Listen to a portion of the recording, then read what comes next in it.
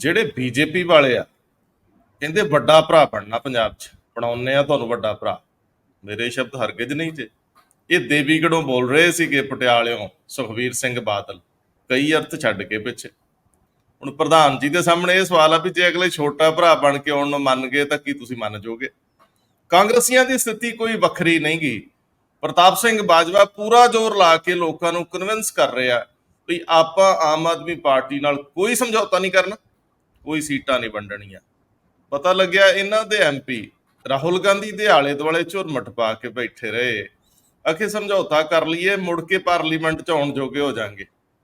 ਜਦੋਂ ਇੱਧਰ ਪਤਾ ਲੱਗਿਆ ਇੱਥੋਂ ਦੇ ਦੋ ਵੱਡੇ ਘਾਗ, ਉਹ ਵੀ ਕਹਿੰਦੇ ਵੀ ਜੇ ਕਰਨਾ ਹੀ ਆ ਤੇ ਫਿਰ ਸਰਕਾਰ 'ਚ ਹੀ ਸ਼ਾਮਲ ਹੋ ਜਾਓ, ਇੱਕ ਡਿਪਟੀ ਸੀਐਮ ਲੈ ਲਓ, ਕੋਈ ਇੱਕ ਅੱਧੀ ਵਜ਼ੀਰੀ ਲੈ ਲਓ। ਇਹ ਹਾਸੇ ਠੱਠੇ ਆ, ਪਰ ਹਾਸੇ ਠੱਠਿਆਂ ਦੇ ਅੰਦਰ ਦਾ ਵਿਅੰਗ ਬੜਾ ਅਹਿਮ ਆ। ਕੀ ਇਹ ਗੱਲ ਸੱਚ ਹੈ? ਹੁਣ ਸੁਖਬੀਰ ਸਿੰਘ ਬਾਦਲ ਦੇ ਇਸ ਬਿਆਨ ਤੇ ਕਿ ਬਣਾਉਂਦੇ ਆ ਤੁਹਾਨੂੰ ਵੱਡਾ ਭਰਾ, ਸੁਨੀਲ ਜਾਖੜ ਵੱਡੇ ਭਰਾ ਦੀ ਹੈਸੀਅਤ ਦੇ ਵਿੱਚ ਕੁਝ ਕਹਿਣਗੇ, ਇਹ ਤਾਂ ਉਡੀਕਿਆ ਜਾਊਗਾ। ਪਰ ਉਸ ਤੋਂ ਵੀ ਪਹਿਲਾਂ ਸੰਨੀ ਦਿਓਲ ਦੀ ਨਾਂਹ ਨੁੱਕਰ ਤੋਂ ਬਾਅਦ ਬੀਜੇਪੀ ਵਾਲੇ ਕੀ ਅਸ਼ਵਨੀ ਸ਼ਰਮਾ ਨੂੰ ਅਨਾਉਂਸ ਕਰ ਦੇਣਗੇ ਗੁਰਦਾਸਪੁਰੋਂ ਕੈਂਡੀਡੇਟ? ਤੇ ਕੀ 6 ਮਹੀਨੇ ਰਹਿੰਦਿਆਂ ਉਹਨਾਂ ਨੂੰ ਸਰਕਾਰ ਦੇ ਵਿੱਚ ਮੰਤਰੀ ਬਣਾ ਕੇ ਪੁਰਾਣੇ ਭਾਜਪਾਈਆਂ ਨੂੰ ਸਨਮਾਨ ਦੇ ਕੇ ਇਹ ਮੈਸੇਜ ਦਿੱਤਾ ਜਾਊਗਾ ਕਿ ਜਿਹੜੇ ਜੜ ਨੇ, ਜਿਹੜੇ ਰੀੜ ਨੇ, ਜਿਹੜੇ ਸਾਡੇ ਆਪਣੇ ਨੇ, ਉਹ ਕਦੇ ਵੀ ਪਾਸੇ ਨਹੀਂ ਕੀਤੇ ਜਾ ਸਕਦੇ। ਅਸ਼ਵਨੀ ਸ਼ਰਮਾ ਦੀ ਲਾਟਰੀ ਲੱਗਣ ਵਾਲੀ ਆ, ਕੀ ਇਹ ਸੱਚ ਹੈ? ਇੱਥੇ ਜਾਣਦੇ ਆ। ਸਰਕਾਰ 186 ਕਰੋੜ ਰੁਪਇਆ ਜਾਰੀ ਕਰਨ ਤੋਂ ਬਾਅਦ ਸੁਰਖਰੂ ਹੋਈ ਸੀ ਕਿ ਕਿਸਾਨ ਜਥੇਬੰਦੀਆਂ ਨੇ ਇਹਨੂੰ ਮੁੱਢੋਂ ਨਕਾਰਤਾ। 6800 ਰੁਪਇਆ ਏਕੜ ਮੁਆਵਜ਼ਾ ਕਹਿੰਦੇ ਪ੍ਰਵਾਨ ਨਹੀਂ, ਤੇ ਕੇਂਦਰ ਸ਼ਰਤਾਂ 'ਚ ਢਿੱਲ ਨਹੀਂ ਦੇ ਰਿਹਾ। ਉਧਰ ਖੇਤੀ ਨੀਤੀ ਤੇ ਮੀਟਿੰਗ ਸੀ, ਬਹੁਤੀ ਸੱਤਾਧਾਰੀ ਧਿਰ ਬੌੜੀ ਨਾ, ਕੁਝ ਲੋਕ ਆਏ ਉਡੀਕਦੇ ਰਹਿ ਗਏ। ਭਾਸਕਰ ਸਾਹਿਬ ਤੋਂ ਸਮਝਦੇ ਆ ਦਿੱਲੀ ਦੇ ਵਿੱਚ ਕੇਂਦਰ ਲੈ ਆ ਕੇਜਰੀਵਾਲ ਸਾਹਿਬ ਨੂੰ ਕਮਜ਼ੋਰ ਕਰਨ ਲਈ ਦਿੱਲੀ ਸਮਾਵਾ ਕਾਨੂੰਨ, ਤੇ ਉਸ ਕਾਨੂੰਨ ਦੇ ਹੋਂਦ ਵਿੱਚ ਆਉਣ ਤੋਂ ਬਾਅਦ ਬਣ ਗਈ ਅਥਾਰਟੀ ਜਿਹੜੀ ਪਾਵਰਫੁਲ ਹੈ, ਜਿਹਨੇ ਫੈਸਲੇ ਲੈਣੇ ਆ, ਭਾਵੇਂ ਉਹਦੇ 'ਚ ਕੇਜਰੀਵਾਲ ਵੀ ਨੇ। ਉਹਦੀ ਮੀਟਿੰਗ ਹੀ ਨਹੀਂ ਹੋਈ। ਹੁਣ ਲਗਭਗ 1.5 ਦਰਜਨ ਤੋਂ ਵੱਧ ਅਧਿਕਾਰੀਆਂ ਦੀਆਂ ਅਪਾਇੰਟਮੈਂਟਸ, ਨਿਯੁਕਤੀਆਂ ਰੁਕ ਗਈਆਂ ਤੇ ਸਿਰ ਤੇ ਆ ਗਿਆ ਸੰਮੇਲਨ। ਇਸ ਗੱਲ ਨੂੰ ਵੀ ਵਧਾਉਣੇ ਅੱਗੇ। ਔਰ ਜਲੰਧਰ 'ਚ ਵੈਸੇ ਸਿਤਮ ਜ਼ਰੀਫੀ ਹੈ, ਇਹ ਪਰਿਸਥਿਤੀਆਂ ਦਾ ਦੁਖਾਂਤ ਹੈ। 2 ਸਕੇ ਭਰਾ ਬਿਆਸ ਵਿੱਚ ਡੁੱਬ ਕੇ ਮਰ ਗਏ, ਅੱਜ ਤੱਕ ਕੋਈ ਪੂਣੀ ਨਹੀਂ ਕੱਤੀ ਇੱਥੇ। ਹੁਣ ਹਿਊਮਨ ਰਾਈਟਸ ਇਹਦੇ ਤੇ ਕੀ ਕਰੇਗਾ, ਇਹ ਦੇਖਣ ਵਾਲੀ ਗੱਲ ਆ। ਪਰ ਅਹਿਮ ਸਵਾਲ ਇਸ ਗੱਲ ਦੇ ਉੱਤੇ ਆ ਕਿ ਕੈਨੇਡਾ ਕੀ ਸਾਡੇ ਵਿਦਿਆਰਥੀਆਂ ਲਈ ਬੂਹੇ ਬੰਦ ਕਰਨ ਜਾ ਰਿਹਾ ਜਾਂ ਹੱਥ ਘੁੱਟਣ ਜਾ ਰਿਹਾ? ਵੀਜ਼ਿਆਂ ਦੀ ਤਾਦਾਦ ਘਟ ਜਾਊਗੀ? ਕੀ ਮਾਮਲਾ? ਇਹ ਸਾਰੇ ਮਾਮਲੇ ਤੇ ਚੱਲਦੇ ਆ। ਪਰ ਸਭ ਤੋਂ ਪਹਿਲਾਂ ਕਿ ਦੇਵੀਗੜ੍ਹ ਦੇ ਵਿੱਚ ਮੰਜ਼ਰ ਸੀ ਉਸ ਅਕਾਲੀ ਰੈਲੀ ਦਾ ਜਿਹੜਾ ਹਲਕਾ ਚੰਦੂਮਾਜਰਾ ਸਾਹਿਬ ਦੇ ਖਾਤੇ 'ਚ ਪੈਂਦਾ। ਪੁੱਤ ਉਹਨਾਂ ਦਾ ਨਾਲ ਐਨ ਢੋਕੇ ਸੁਖਬੀਰ ਬਾਦਲ ਦੇ ਖੜਾ ਸੀ। ਔਰ ਸੁਖਬੀਰ ਬਾਦਲ ਜਦੋਂ ਬੜਕ ਮਾਰਦੇ ਆ ਬਣਾਉਣੇ ਤੁਹਾਨੂੰ ਵੱਡੇ ਭਰਾ, ਇਹਨੂੰ ਕਿੱਦਾਂ ਲਈਏ? ਬੀਜੇਪੀ ਦੇ ਨਾਲ ਜਿਹੜੀ ਅਕਾਲੀ ਦਲ ਦੇ ਅਲਾਈਅੰਸ ਦੀ ਗੱਲਾਂ ਚੱਲ ਰਹੀ ਸੀ, ਔਰ ਇਹ ਵੀ ਗੱਲ ਆ ਰਹੀ ਸੀਗੀ ਕਿ ਬੀਜੇਪੀ ਜ਼ਿਆਦਾ ਸੀਟਾਂ ਮੰਗ ਰਹੀ ਹੈ, ਅਸੈਂਬਲੀ ਇਲੈਕਸ਼ਨ ਹੋਣ ਭਾਵੇਂ ਪਾਰਲੀਮੈਂਟਰੀ ਸੀਟਾਂ ਹੋਣ।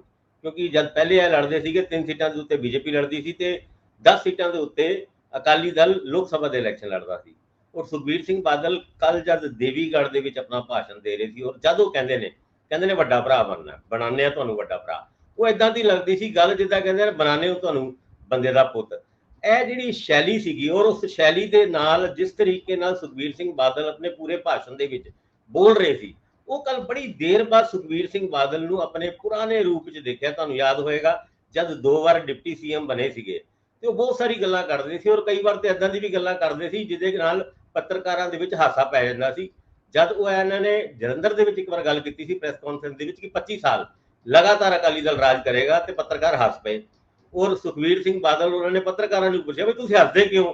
ਉਹ ਕਹਿੰਦੇ ਨਹੀਂ ਕੁਝ ਨਹੀਂ। ਔਰ ਸਾਰਿਆਂ ਨੂੰ ਪਤਾ ਸੀ ਵੀ ਕਿਉਂ ਹੱਸ ਰਹੇ ਨੇ, ਕਿ 25 ਸਾਲ ਲਗਾਤਾਰ ਅਕਾਲੀ ਦਲ ਦੀ ਸਰਕਾਰ ਰਹੇਗੀ। ਫਿਰ ਪਾਣੀਆਂ ਵਾਲੀ ਬੱਸ ਦੀ ਗੱਲ ਉਹਨਾਂ ਨੇ ਜਦ ਅਨਾਉਂਸ ਕੀਤੀ ਸੀਗੀ ਤਦ ਵੀ ਏਦਾਂ ਦਾ ਹਾਸਾ ਪੱਤਰਕਾਰਾਂ ਦਾ ਛੁੱਟਿਆ ਸੀ। ਔਰ ਕੱਲ ਜਦੋਂ ਕਹਿੰਦੇ ਨੇ ਵੱਡੇ ਭਰਾ ਬਣਨਾ, ਬਣਾਉਂਦੇ ਆ ਤੁਹਾਨੂੰ ਵੱਡੇ ਭਰਾ, ਉਹਦੇ ਵਿੱਚ ਵੀ ਜਿਹੜਾ ਇਕੱਠ ਸੀਗਾ ਉਹਦੇ ਵਿੱਚ ਚਿਹਰੇ ਤੇ ਮੁਸਕਰਾਹਟ, ਔਰ ਆਪਣੀ ਭਾਸ਼ਣ ਦੀ ਸ਼ੈਲੀ ਨੂੰ ਅੱਗੇ ਵਧਾਉਂਦੇ ਹੋਏ ਉਹ ਅਟੈਕ ਕਰਦੇ ਨੇ ਆਮ ਆਦਮੀ ਪਾਰਟੀ ਦੇ। ਆਮ ਆਦਮੀ ਪਾਰਟੀ ਦੇ ਬਾਰੇ 'ਚ ਇਹ ਗੱਲ ਕਹਿੰਦੇ ਨੇ ਕਿ ਇਹਨਾਂ ਨੇ ਝੂਠ ਇੰਨਾ ਕੁ ਝੂਠ ਬੋਲਿਆ ਕਿ ਤੁਸੀਂ ਇਹਨਾਂ ਦੀ ਸਰਕਾਰ ਬਣਾ ਲਈ। ਜੇ ਅਗਲੀ ਵਾਰ ਕੋਈ ਹੋਰ ਪਾਰਟੀ ਆ ਗਈ ਉਹ ਇਸ ਤੋਂ ਵੀ ਵੱਡਾ ਝੂਠ ਬੋਲੇ ਕਿ ਤੁਸੀਂ ਕਿਤੇ ਉਹਨਾਂ ਨੂੰ ਵੋਟ ਨਾ ਪਾ ਦੇਣਾ। ਆਪਣੇ ਹੁੰਦੇ ਨੇ ਯਾਨੀ ਅਕਾਲੀ ਦਲ ਤੁਹਾਡੇ ਪੰਜਾਬੀਆਂ ਦਾ ਆਪਣਾ ਹੈ। ਇਸ ਗੱਲ ਨੂੰ ਉਹਨਾਂ ਨੇ ਅੱਗੇ ਵਧਾਇਆ। ਹੁਣ ਜਦ ਸੁਖਬੀਰ ਬਾਦਲ ਇਹ ਗੱਲ ਕਹਿੰਦੇ ਨੇ ਕਿ ਬਣਾਉਂਦੇ ਆ ਤੁਹਾਨੂੰ ਵੱਡਾ ਭਰਾ, ਇਹਦਾ ਮਤਲਬ ਸੁਖਬੀਰ ਬਾਦਲ ਉਹਨਾਂ ਚਾਹੁੰਦੇ ਨਹੀਂ ਕਿ ਬੀਜੇਪੀ ਦੇ ਨਾਲ ਉਹਨਾਂ ਦਾ ਅਲਾਈਅੰਸ ਹੋਏ। ਕਿ ਵਾਕਈ ਸੁਖਬੀਰ ਸਿੰਘ ਬਾਦਲ ਉਹਨਾਂ ਬੀਜੇਪੀ ਦੇ ਨਾਲ ਕਿਸੇ ਵੀ ਤਰੀਕੇ ਦਾ ਅਲਾਈਅੰਸ ਨਹੀਂ ਚਾਹੁੰਦੇ? ਭਾਵੇਂ ਬੀਜੇਪੀ ਛੋਟਾ ਭਰਾ ਬਣਨ ਨੂੰ ਫਿਰ ਤਿਆਰ ਹੋ ਜਾਏ, ਕਿ ਸੁਖਬੀਰ ਸਿੰਘ ਬਾਦਲ ਉਹਨਾਂ ਤਦ ਵੀ ਅਲਾਈਅੰਸ ਨਹੀਂ ਕਰਨਗੇ। 2 ਦਿਨ ਪਹਿਲੇ ਰੰਧਾਵਾ ਜੀ ਜਦ ਲੌਂਗੋਵਾਲ ਉਹਨਾਂ ਦੀ ਬਰਸੀ ਸੀਗੀ, ਉੱਥੇ ਬੀਜੇਪੀ ਵਾਲੇ ਅਕਾਲੀ ਦਲ ਯਾਨੀ ਸੁਖਬੀਰ ਸਿੰਘ ਬਾਦਲ ਉਹਨਾਂ ਦੇ ਸ਼ਰੀਕਾਂ ਨਾਲ ਬੈਠੇ ਸੀਗੇ। ਗੁੱਸਾ ਤੇ ਇਸ ਗੱਲ ਦਾ ਵੀ ਹੋਏਗਾ, ਤਾਂ ਹੀ ਇਹ ਗੱਲ ਨਿਕਲ ਕੇ ਆਈ ਹੈ, ਬਣਾਉਂਦੇ ਆ ਤੁਹਾਨੂੰ ਵੱਡਾ ਭਰਾ। ਇੰਦਰਪ੍ਰੀਤ ਜੀ, ਭਾਸਕਰ ਸਾਹਿਬ ਜਿਹੜੀ ਗੱਲ ਕਰ ਰਹੇ ਆ ਉਹ ਇੱਕ ਤਰ੍ਹਾਂ ਨਾਲ ਸੁਖਬੀਰ ਬਾਦਲ ਦਾ ਜੋ ਪਾਸਟ ਵਿੱਚ ਬਣਿਆ ਹੋਇਆ ਇਮੇਜ ਹੈ ਕਿ ਉਹਨਾਂ ਦੀ ਗੱਲ ਨੂੰ ਸੀਰੀਅਸ ਲਈ ਨਹੀਂ ਲਿਆ ਜਾਂਦਾ, ਜਿਵੇਂ ਭਾਸਕਰ ਸਾਹਿਬ ਦੇ ਸ਼ਬਦਾਂ ਦੇ ਵਿੱਚ। ਔਰ ਇਹਦਾ ਮਤਲਬ ਹੈ ਕਿ ਇਹ ਵੀ ਗੱਲ ਨੂੰ ਸੀਰੀਅਸ ਨਾ ਲਿਆ ਜਾਵੇ। ਪਰ ਇਸ ਗੱਲ ਦੇ ਵਿੱਚ ਉਹਨਾਂ ਦਾ ਦਰਦ ਬੜਾ ਹੈ ਕਿ ਪੰਜਾਬ ਦੇ ਵਿੱਚ ਜਿਸ ਧਿਰ ਦੀ ਉਹ ਨੁਮਾਇੰਦਗੀ ਕਰਦੇ ਨੇ, ਖਾਸ ਤੌਰ ਤੇ ਸਿੱਖ ਵੋਟ ਦੀ, ਉਹਦੇ ਵਿੱਚ ਬੀਜੇਪੀ ਕਦੇ ਵੀ ਵੱਡੇ ਭਰਾ ਦੇ ਰੋਲ ਵਿੱਚ ਫਿੱਟ ਹੀ ਨਹੀਂ ਹੋ ਸਕਦੀ। ਉਹ ਇਹ ਸੰਕੇਤ ਦੇ ਰਿਹਾ। ਤੁਸੀਂ ਗੱਲ ਕਰਨਾ ਚਾਹ ਰਹੇ ਸੀ। ਰੰਧਾਵਾ ਸਾਹਿਬ, ਪਹਿਲਾਂ ਤਾਂ ਇਹ ਜਾਣਨਾ ਬਹੁਤ ਜ਼ਰੂਰੀ ਹੈ ਕਿ ਸੁਖਬੀਰ ਬਾਦਲ ਨੇ ਆਖਿਰ ਇਸ ਕਿਹਾ ਕਿਉਂ ਕਿ ਬਣਾਉਂਦੇ ਤੁਹਾਨੂੰ ਵੱਡਾ ਭਰਾ। ਦੇਖੋ, ਜਿੰਨੀ ਕਿ ਮੇਰੀ ਜਾਣਕਾਰੀ ਹੈਗੀ ਹੈ ਕਿ 3 ਦਿਨ ਪਹਿਲਾਂ ਬਸਪਾ ਤੇ ਇਹਨਾਂ ਦੀ ਇੱਕ ਮੀਟਿੰਗ ਹੋਈ ਹੈ, ਜਿਸ 'ਚ ਬਸਪਾ ਨੇ ਬਹੁਤ ਕਲੀਅਰਲੀ ਕਹਿਤਾ ਕਿ ਜੇ ਸਮਝੌਤਾ ਤੋੜਨਾ ਹੈ ਤਾਂ ਅੱਜ ਹੀ ਤੋੜ ਦਿਓ। ਮਤਲਬ ਇਹ ਇੱਕ ਤਾਂ ਬਾਰ-ਬਾਰ ਕਹਿਣਾ ਬੰਦ ਕਰੋ ਕਿ ਅਸੀਂ ਭਾਜਪਾ ਨਾਲ ਸਮਝੌਤੇ ਕਰ ਰਹੇ ਹਾਂ, ਇਹ ਨਹੀਂ ਚੱਲੇਗਾ। ਜਾਂ ਤਾਂ ਸਾਡੇ ਨਾਲ ਰੱਖੋ ਜਾਂ ਫਿਰ ਉਹਨਾਂ ਨਾਲ ਰੱਖੋ। ਅੱਜ ਤੋੜਨਾ ਹੈ ਅੱਜ ਤੋੜ ਦਿਓ, ਨਹੀਂ ਤਾਂ ਆਪਣੇ ਸਾਰੇ ਬੰਦੇ ਜਿਹੜੇ ਵੀ ਬੰਦੇ ਕਹਿ ਰਹੇ ਆ ਕਿ ਬੀਜੇਪੀ ਨਾਲ ਔਰ ਨਾਲ ਸਮਝੌਤਾ ਹੋਣਾ ਚਾਹੀਦਾ ਹੈ, ਕਰਨਾ ਚਾਹੀਦਾ ਹੈ, ਉਹਨਾਂ ਨਾਲ ਸਾਰਿਆਂ ਦੀ ਜ਼ੁਬਾਨ ਬੰਦ ਕਰੋ। ਸੋ ਇੱਕ ਤਾਂ ਜਿਹੜਾ ਹੈਗਾ ਸੁਖਬੀਰ ਬਾਦਲ ਹੋਰਾਂ ਨੇ ਇਹ ਗੱਲ ਦਾ ਸੰਕੇਤ ਇੱਥੇ ਇਸੇ ਕਰਕੇ ਦਿੱਤਾ ਕਿ ਨਹੀਂ, ਅਸੀਂ ਬੀਐਸਪੀ ਨਾਲ ਹੀ ਕਰਾਂਗੇ। ਦੂਜੀ ਗੱਲ, ਤੁਸੀਂ ਦੇਖੋ ਅੱਜ ਤਿੰਨੋਂ ਪਾਰਟੀਆਂ ਜਿਹੜੀਆਂ ਪੰਜਾਬ ਦੇ ਵਿੱਚ ਪੋਲਿਟਿਕਸ ਕਰ ਰਹੀਆਂ ਨੇ, ਆਮ ਆਦਮੀ ਪਾਰਟੀ, ਕਾਂਗਰਸ ਔਰ ਬੀਜੇਪੀ, ਤਿੰਨੋਂ ਹੀ ਨੈਸ਼ਨਲ ਪਾਰਟੀਆਂ ਨੇ ਔਰ ਤਿੰਨੋਂ ਨੈਸ਼ਨਲ ਪੋਲਿਟਿਕਸ ਨੂੰ ਹੀ ਅੱਗੇ ਵਧਾਉਂਦੀਆਂ ਨੇ। ਪਰ ਜਿਹੜੀ ਪੰਜਾਬ 'ਚ ਸਪੇਸ ਹੈਗੀ ਹੈ ਉਹ ਰੀਜਨਲ ਪਾਰਟੀ ਦੀ ਹੈ ਔਰ ਅਕਾਲੀ ਦਲ ਹੀ ਉਹਦੀ ਰਿਪਰੈਜ਼ੈਂਟੇਸ਼ਨ ਕਰ ਸਕਦਾ ਵਧੀਆ ਤਰੀਕੇ ਨਾਲ। ਦਿੱਕਤ ਇਹ ਹੋ ਰਹੀ ਹੈ ਕਿ ਹਜੇ ਲੀਡਰਸ਼ਿਪ ਦੀ ਕ੍ਰਾਈਸਿਸ ਹੈ। ਜਿਹੜਾ ਪਾਰਟੀ ਦਾ ਕਾਡਰ ਹੈ ਉਹ ਲੀਡਰਸ਼ਿਪ ਚੇਂਜ ਚਾਹੁੰਦਾ ਕਿ ਚੇਂਜ ਹੋਵੇ ਕੋਈ। ਜਿਵੇਂ ਤੁਸੀਂ ਬਾਰ-ਬਾਰ ਗੱਲ ਕਰ ਰਹੇ ਹੋ ਕਿ ਸੁਖਬੀਰ ਬਾਦਲ ਦੀ ਗੱਲ ਨੂੰ ਸੀਰੀਅਸਲੀ ਨਹੀਂ ਲਿਆ ਜਾ ਰਿਹਾ। ਜੇ ਭਾਸਕਰ ਸਾਹਿਬ ਨੇ ਵੀ ਇਹੀ ਗੱਲ ਕੀਤੀ ਹੈ ਕਿ ਸੁਖਬੀਰ ਬਾਦਲ ਜਿਨ੍ਹਾਂ ਨੇ ਜਿਹੜੀ ਇਹ ਸਟੇਟਮੈਂਟ ਦਿੱਤੀ ਹੈ ਉਹ ਉਸੇ ਹਾਸੇ ਠੱਠੇ ਵਾਲੀ ਲੱਗਦੀ ਹੈ ਜਿਵੇਂ ਉਹਨਾਂ ਨੇ ਪਾਣੀ ਦੀ ਬੱਸ ਚਲਾਉਣ ਵਾਲੀ ਗੱਲ ਕੀਤੀ ਸੀ। ਪਰ ਜਿਹੜੀ ਗੱਲ ਮੈਂ ਜਿਸ ਤੇ ਫੋਕਸ ਕਰਨਾ ਚਾਹੁੰਦਾ ਕਿ ਅੱਜ ਵੀ ਅਕਾਲੀ ਦਲ ਕੋਲੇ ਰੀਜਨਲ ਪਾਰਟੀ ਦੀ ਇੱਕ ਜਿਹੜੀ ਸਪੇਸ ਹੈ ਉਹ ਕਾਇਮ ਹੈ, ਪਰ ਉਹਨੂੰ ਉਹ ਗ੍ਰੈਬ ਨਹੀਂ ਕਰ ਪਾ ਰਹੇ। ਉਹਨਾਂ ਦੇ ਲੀਡਰਸ਼ਿਪ ਦਾ ਕ੍ਰਾਈਸਿਸ ਹੈਗਾ। ਅਗਰ ਉਸ ਲੀਡਰਸ਼ਿਪ ਦੇ ਕ੍ਰਾਈਸਿਸ ਨੂੰ ਪਾਰਟੀ ਦੂਰ ਕਰ ਲੈਂਦੀ ਹੈ ਤਾਂ ਮੈਨੂੰ ਇਹ ਲੱਗਦਾ ਹੈ ਕਿ ਜਿਹੜੀਆਂ 3 ਪਾਰਟੀਆਂ ਵੱਡੀਆਂ ਨੇ, ਜਿਹੜੀਆਂ ਨੈਸ਼ਨਲ ਪੋਲਿਟਿਕਸ ਕਰ ਰਹੀਆਂ ਨੇ, ਉਹ ਪਾਰਟੀਆਂ ਆਪਣੀ ਪੋਲਿਟਿਕਸ ਕਰਦੀਆਂ ਰਹਿਣ ਤਾਂ ਉਹਦੇ ਵਿੱਚ ਅਗਰ ਇਹ ਪਾਰਟੀ ਰੀਜਨਲ ਪਾਰਟੀ ਦੀ ਇੱਕ ਅਹਿਮ ਭੂਮਿਕਾ ਨਿਭਾਏ ਤਾਂ ਪੰਜਾਬ ਦੇ ਵਿੱਚ ਇਹਨੂੰ ਸਪੇਸ ਮਿਲ ਸਕਦੀ ਹੈ ਔਰ ਦੁਬਾਰਾ ਅਕਾਲੀ ਦਲ ਸੱਤਾ ਦੇ ਵਿੱਚ ਆ ਸਕਦਾ ਹੈ। ਇੰਦਰਪ੍ਰੀਤ ਜੀ, ਅਗਲਾ ਮਾਮਲਾ ਵੀ ਇਸੇ ਤਰ੍ਹਾਂ ਦਾ ਹੈ ਜਿੱਥੇ ਪ੍ਰਤਾਪ ਸਿੰਘ ਬਾਜਵਾ ਕਾਂਗਰਸ ਦੇ ਉਹ ਸਾਫ਼ ਕਰ ਦਿੰਦੇ ਵੀ ਆਪਾਂ ਲੜਨਾ 13 ਤੇ ਔਰ 13 ਤੇ ਲੜਨਾ ਹੈ ਜੇ ਬਾਬੇ ਨੇ ਚਾਹਿਆ। ਹੁਣ ਹਾਈ ਕਮਾਂਡ ਨੇ ਚਾਹਿਆ ਕਿ ਬਾਬੇ ਨੇ ਚਾਹਿਆ, ਇਹ ਹੁਣ ਸਵਾਲ ਬੜਾ ਅਹਿਮ ਆ। ਵੈਸੇ ਪਿਛਲੇ ਦਿਨਾਂ 'ਚ ਇਹ ਗੱਲ ਉੱਠਦੀ ਰਹੀ। ਸਾਡੇ ਮਿੱਤਰ ਸਹਾਫੀ ਨੇ ਉਹ ਜ਼ਿਕਰ ਕਰ ਰਹੇ ਸੀਗੇ ਕਿ ਮੈਂਬਰ ਪਾਰਲੀਮੈਂਟ ਕਈ ਸਾਰੇ ਇਕੱਠੇ ਹੋ ਕੇ ਕਾਂਗਰਸ ਦੀ ਸਿਖਰਲੀ ਲੀਡਰਸ਼ਿਪ ਨੂੰ ਕਹਿ ਰਹੇ ਸੀ ਵੀ ਜੇ ਸੀਟਾਂ ਵਾਪਸ ਪਾਰਲੀਮੈਂਟ 'ਚ ਚਾਹੀਦੀਆਂ, ਇਹ ਸਮਝੌਤਾ ਫਾਇਦੇਮੰਦ ਹੈ। ਪਰ ਹੁਣ ਜੇਕਰ ਸਮਝੌਤਾ ਫਾਇਦੇਮੰਦ ਆ ਤੇ ਫਿਰ ਕੁਝ ਬੰਦੇ ਬਾਜਵਾ ਸਾਹਿਬ ਦੇ ਆਲੇ ਦੁਆਲੇ ਵਾਲੇ ਵੀ ਕਹਿੰਦੇ ਵੀ ਫਿਰ ਤਾਂ ਸਰਕਾਰ 'ਚ ਵੀ ਸ਼ਾਮਲ ਹੋ ਜਾਣਾ ਚਾਹੀਦਾ, ਡਿਪਟੀ ਸੀਐਮ ਵੀ ਬਣ ਜਾਣਾ ਚਾਹੀਦਾ, ਕੋਈ ਟਰਾਂਸਪੋਰਟ ਹੀ ਲੈ ਲਓ, ਹੋਰ ਕੱਖ ਨਹੀਂ। ਤਾਂ ਕੀ ਕਹਿੰਦੇ ਹੋ? ਰੰਧਾਵਾ ਸਾਹਿਬ, ਇੱਕ ਤੁਹਾਨੂੰ ਗੱਲ ਸੁਣਾ ਦਿੰਦਾ, ਫਿਰ ਉਸ ਤੋਂ ਬਾਅਦ ਆਪਾਂ ਇਹ ਗੱਲ ਕਰਦੇ ਹਾਂ। ਅਸੀਂ 2009 ਦੀ ਇਲੈਕਸ਼ਨ ਦੇ ਵਿੱਚ ਪੰਜਾਬ ਦੇ ਟੂਰ ਤੇ ਸੀ ਤੇ ਵਾਪਸੀ ਤੇ ਆਉਂਦੇ ਹੋਏ ਸੁਖਦੇਵ ਸਿੰਘ ਢੀਂਡਸਾ ਹੋਰਾਂ ਦਾ ਏਰੀਆ ਆ ਗਿਆ ਸੀਗਾ, ਚਲੋ ਉਹਨਾਂ ਨੂੰ ਵੀ ਮਿਲਦੇ ਹੋਏ ਚੱਲੀਏ। ਲਗਭਗ 1 ਜਾਂ 2 ਦਿਨ ਬਾਅਦ ਹੀ ਸ਼ਾਇਦ ਮਤਲਬ VOTING ਹੋਣੀ ਸੀ। ਅਸੀਂ ਉੱਤੇ ਉਹਨਾਂ ਨਾਲ ਚਾਹ ਪੀਣ ਰੁਕ ਗਏ, ਸੁਖਦੇਵ ਸਿੰਘ ਢੀਂਡਸਾ ਨਾਲ, ਤੇ ਉਹਨਾਂ ਨੂੰ ਕਿਹਾ ਵੀ ਕੀ ਲੱਗ ਰਿਹਾ ਤੁਹਾਨੂੰ ਸੀਟ ਦਾ? ਉਹ ਕਹਿੰਦੇ ਵੀ ਬਾਬੇ ਨੇ ਜੋ ਚਾਹਿਆ ਤਾਂ ਉਹੀ ਹੋਏਗਾ। ਤਾਂ ਮੇਰੇ ਜਿਹੜੇ ਸੀਨੀਅਰ ਸਾਥੀ ਸੀਗੇ ਉਹਨਾਂ ਨੇ ਮੈਨੂੰ ਰਸਤੇ 'ਚ ਕਿਹਾ ਵੀ ਇਹ ਸੀਟ ਤਾਂ ਸੁਖਦੇਵ ਸਿੰਘ ਢੀਂਡਸਾ ਹਾਰ ਗਿਆ। ਤੇ ਮੈਂ ਕਿਹਾ ਕਿਉਂ, ਉਹ ਤਾਂ ਅੱਛਾ ਠੀਕ ਲੱਗ ਰਿਹਾ ਸੀਗਾ। ਉਹ ਕਹਿੰਦੇ ਨਾ, ਜਿਹਨੂੰ ਆਪਣੇ ਆਪ ਤੇ ਵੀ ਭਰੋਸਾ ਨਹੀਂ ਤੇ ਰੱਬ ਵੀ ਉਹਦੀ ਸਾਥ ਕਿੱਥੇ ਦਊਗਾ, ਇਹਨੂੰ ਤਾਂ ਆਪਣੇ ਆਪ ਤੇ ਹੀ ਭਰੋਸਾ ਹੈ ਨਹੀਂ। ਸੋ ਮੈਨੂੰ ਇੱਥੇ ਵੀ ਇਹੀ ਲੱਗ ਰਿਹਾ ਹੈ ਵੀ ਪ੍ਰਤਾਪ ਸਿੰਘ ਬਾਜਵਾ ਹੋਰਾਂ ਨੇ ਵੀ ਜਿਹੜਾ ਇਹ ਕਿਹਾ ਹੈ ਵੀ ਬਾਬੇ ਨੇ ਜੇ ਚਾਹਿਆ ਤਾਂ ਫਿਰ ਅਸੀਂ 13 ਦੀਆਂ 13 ਸੀਟਾਂ ਲੜਾਂਗੇ। ਇਹਦਾ ਮਤਲਬ ਕਿਤੇ ਨਾ ਕਿਤੇ ਉਹਨਾਂ ਨੂੰ ਵੀ ਲੱਗ ਰਿਹਾ ਹੈ ਵੀ ਗੜਬੜ ਤਾਂ ਵੱਡੀ ਹੋ ਗਈ ਹੈ ਤੇ ਸੀਟਾਂ ਤਾਂ ਅੱਧੀਆਂ ਅੱਧੀਆਂ ਜਾਂ ਅੱਧੀਆਂ ਤੋਂ ਘੱਟ ਜਾਂ ਅੱਧੀਆਂ ਤੋਂ ਵੱਧ ਇਸ ਤੇ ਹੀ ਗੱਲ ਕਰਨੀ ਪਊਗੀ।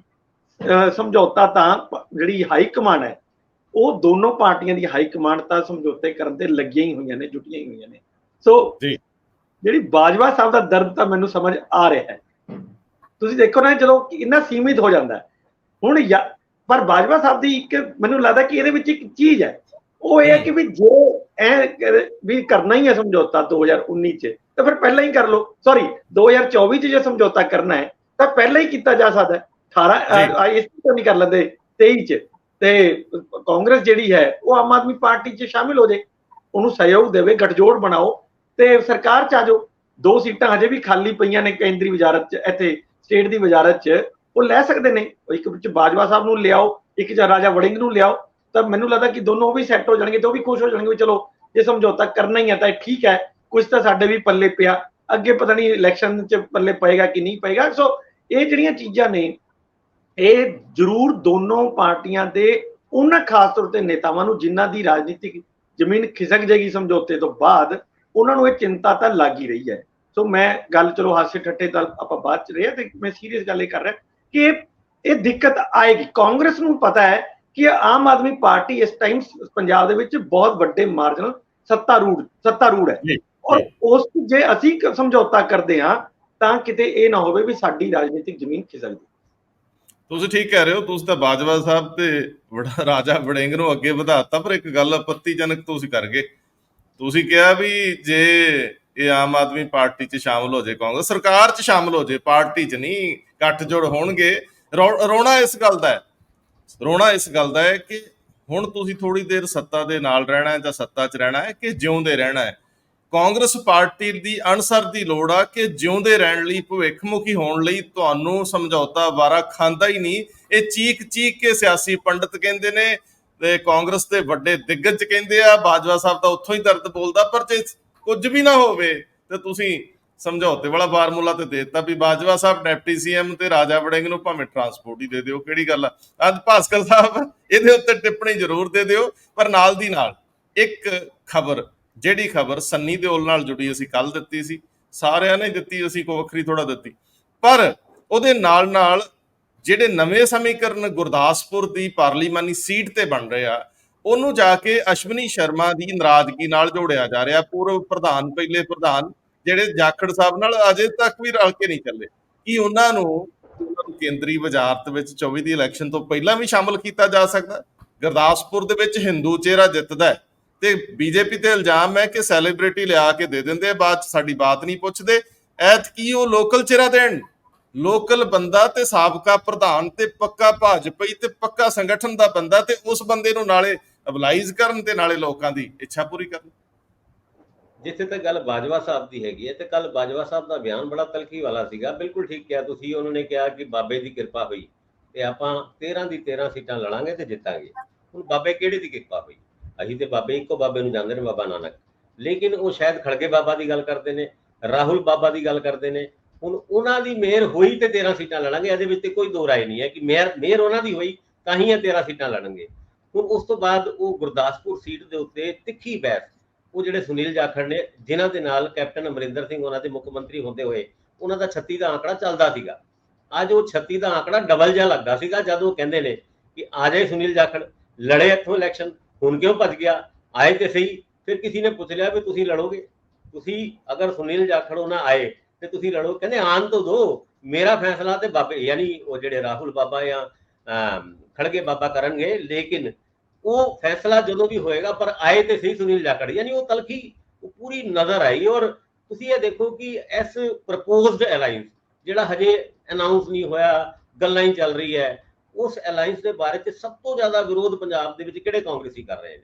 ਤੁਸੀਂ 3 ਬੰਦਿਆਂ ਦਾ ਨਾਮ ਲੈ ਸਕਦੇ ਹੋ। ਬਾਜਵਾ ਸਾਹਿਬ ਤੇ ਕਹਿੰਦੇ ਨਾ, ਸਿਰੇ ਤੋਂ ਨਾ, ਉਹ ਕੰਨਾਂ ਤੇ ਹੱਥ ਰੱਖ ਕੇ ਕਹਿੰਦੇ ਨੇ ਮਤਲਬ ਹੀ ਨਹੀਂ, ਸਾਡਾ ਕੋਈ ਇਹਨਾਂ ਦੇ ਨਾਲ ਲੈਣਾ ਦੇਣਾ ਹੀ ਨਹੀਂ। ਰਾਜਾ ਵੜਿੰਗ ਉਹਨਾਂ ਵੀ ਵਿਰੋਧ ਕਰਦੇ ਨੇ, ਪਰ ਥੋੜਾ ਜਿਹਾ ਹਲਕਾ ਜਿਹਾ ਵਿਰੋਧ ਕਰਕੇ ਉਹ ਕਹਿੰਦੇ ਨੇ ਦੇਖੋ ਜੀ ਜੋ ਹਾਈ ਕਮਾਂਡ ਚਾਹੇਗਾ ਆਪਾਂ ਕਰਾਂਗੇ, ਪਰ ਫਿਰ ਵੀ ਅਸੀਂ ਇਹ ਸਮਝੌਤਾ ਨਹੀਂ ਹੋਣਗੇ। ਔਰ ਦੂਜੇ ਸੁਖਜਿੰਦਰ ਸਿੰਘ ਰੰਧਾਵਾ ਵੀ ਮਾੜੀ ਮੋਟੀ ਜੀ ਗੱਲਾਂ ਕਰਦੇ ਨੇ, ਪਰ ਸਿਰੇ ਤੇ ਨਹੀਂ ਜਾਂਦੇ ਜਿੰਨੇ ਕੁ ਸਿਰੇ ਤੇ ਇਸ ਅਲਾਈਅੰਸ ਦੇ ਖਿਲਾਫ, ਇਸ ਪ੍ਰਪੋਜ਼ਡ ਅਲਾਈਅੰਸ ਦੇ ਖਿਲਾਫ ਬਾਜਵਾ ਸਾਹਿਬ ਜਾਂਦੇ ਨੇ। ਗੱਲਾਂ ਤਾਂ ਇਹ ਵੀ ਚੱਲਦੀ ਹੈ ਕਿ ਕੁਝ MP ਮਿਲੇ ਨੇ ਦਿੱਲੀ ਜਾ ਕੇ, ਹੁਣ ਇਹਨਾਂ ਗੱਲਾਂ ਦੇ ਵਿੱਚ ਕਿੰਨੀ ਕੁ ਸੱਚਾਈ ਹੈ।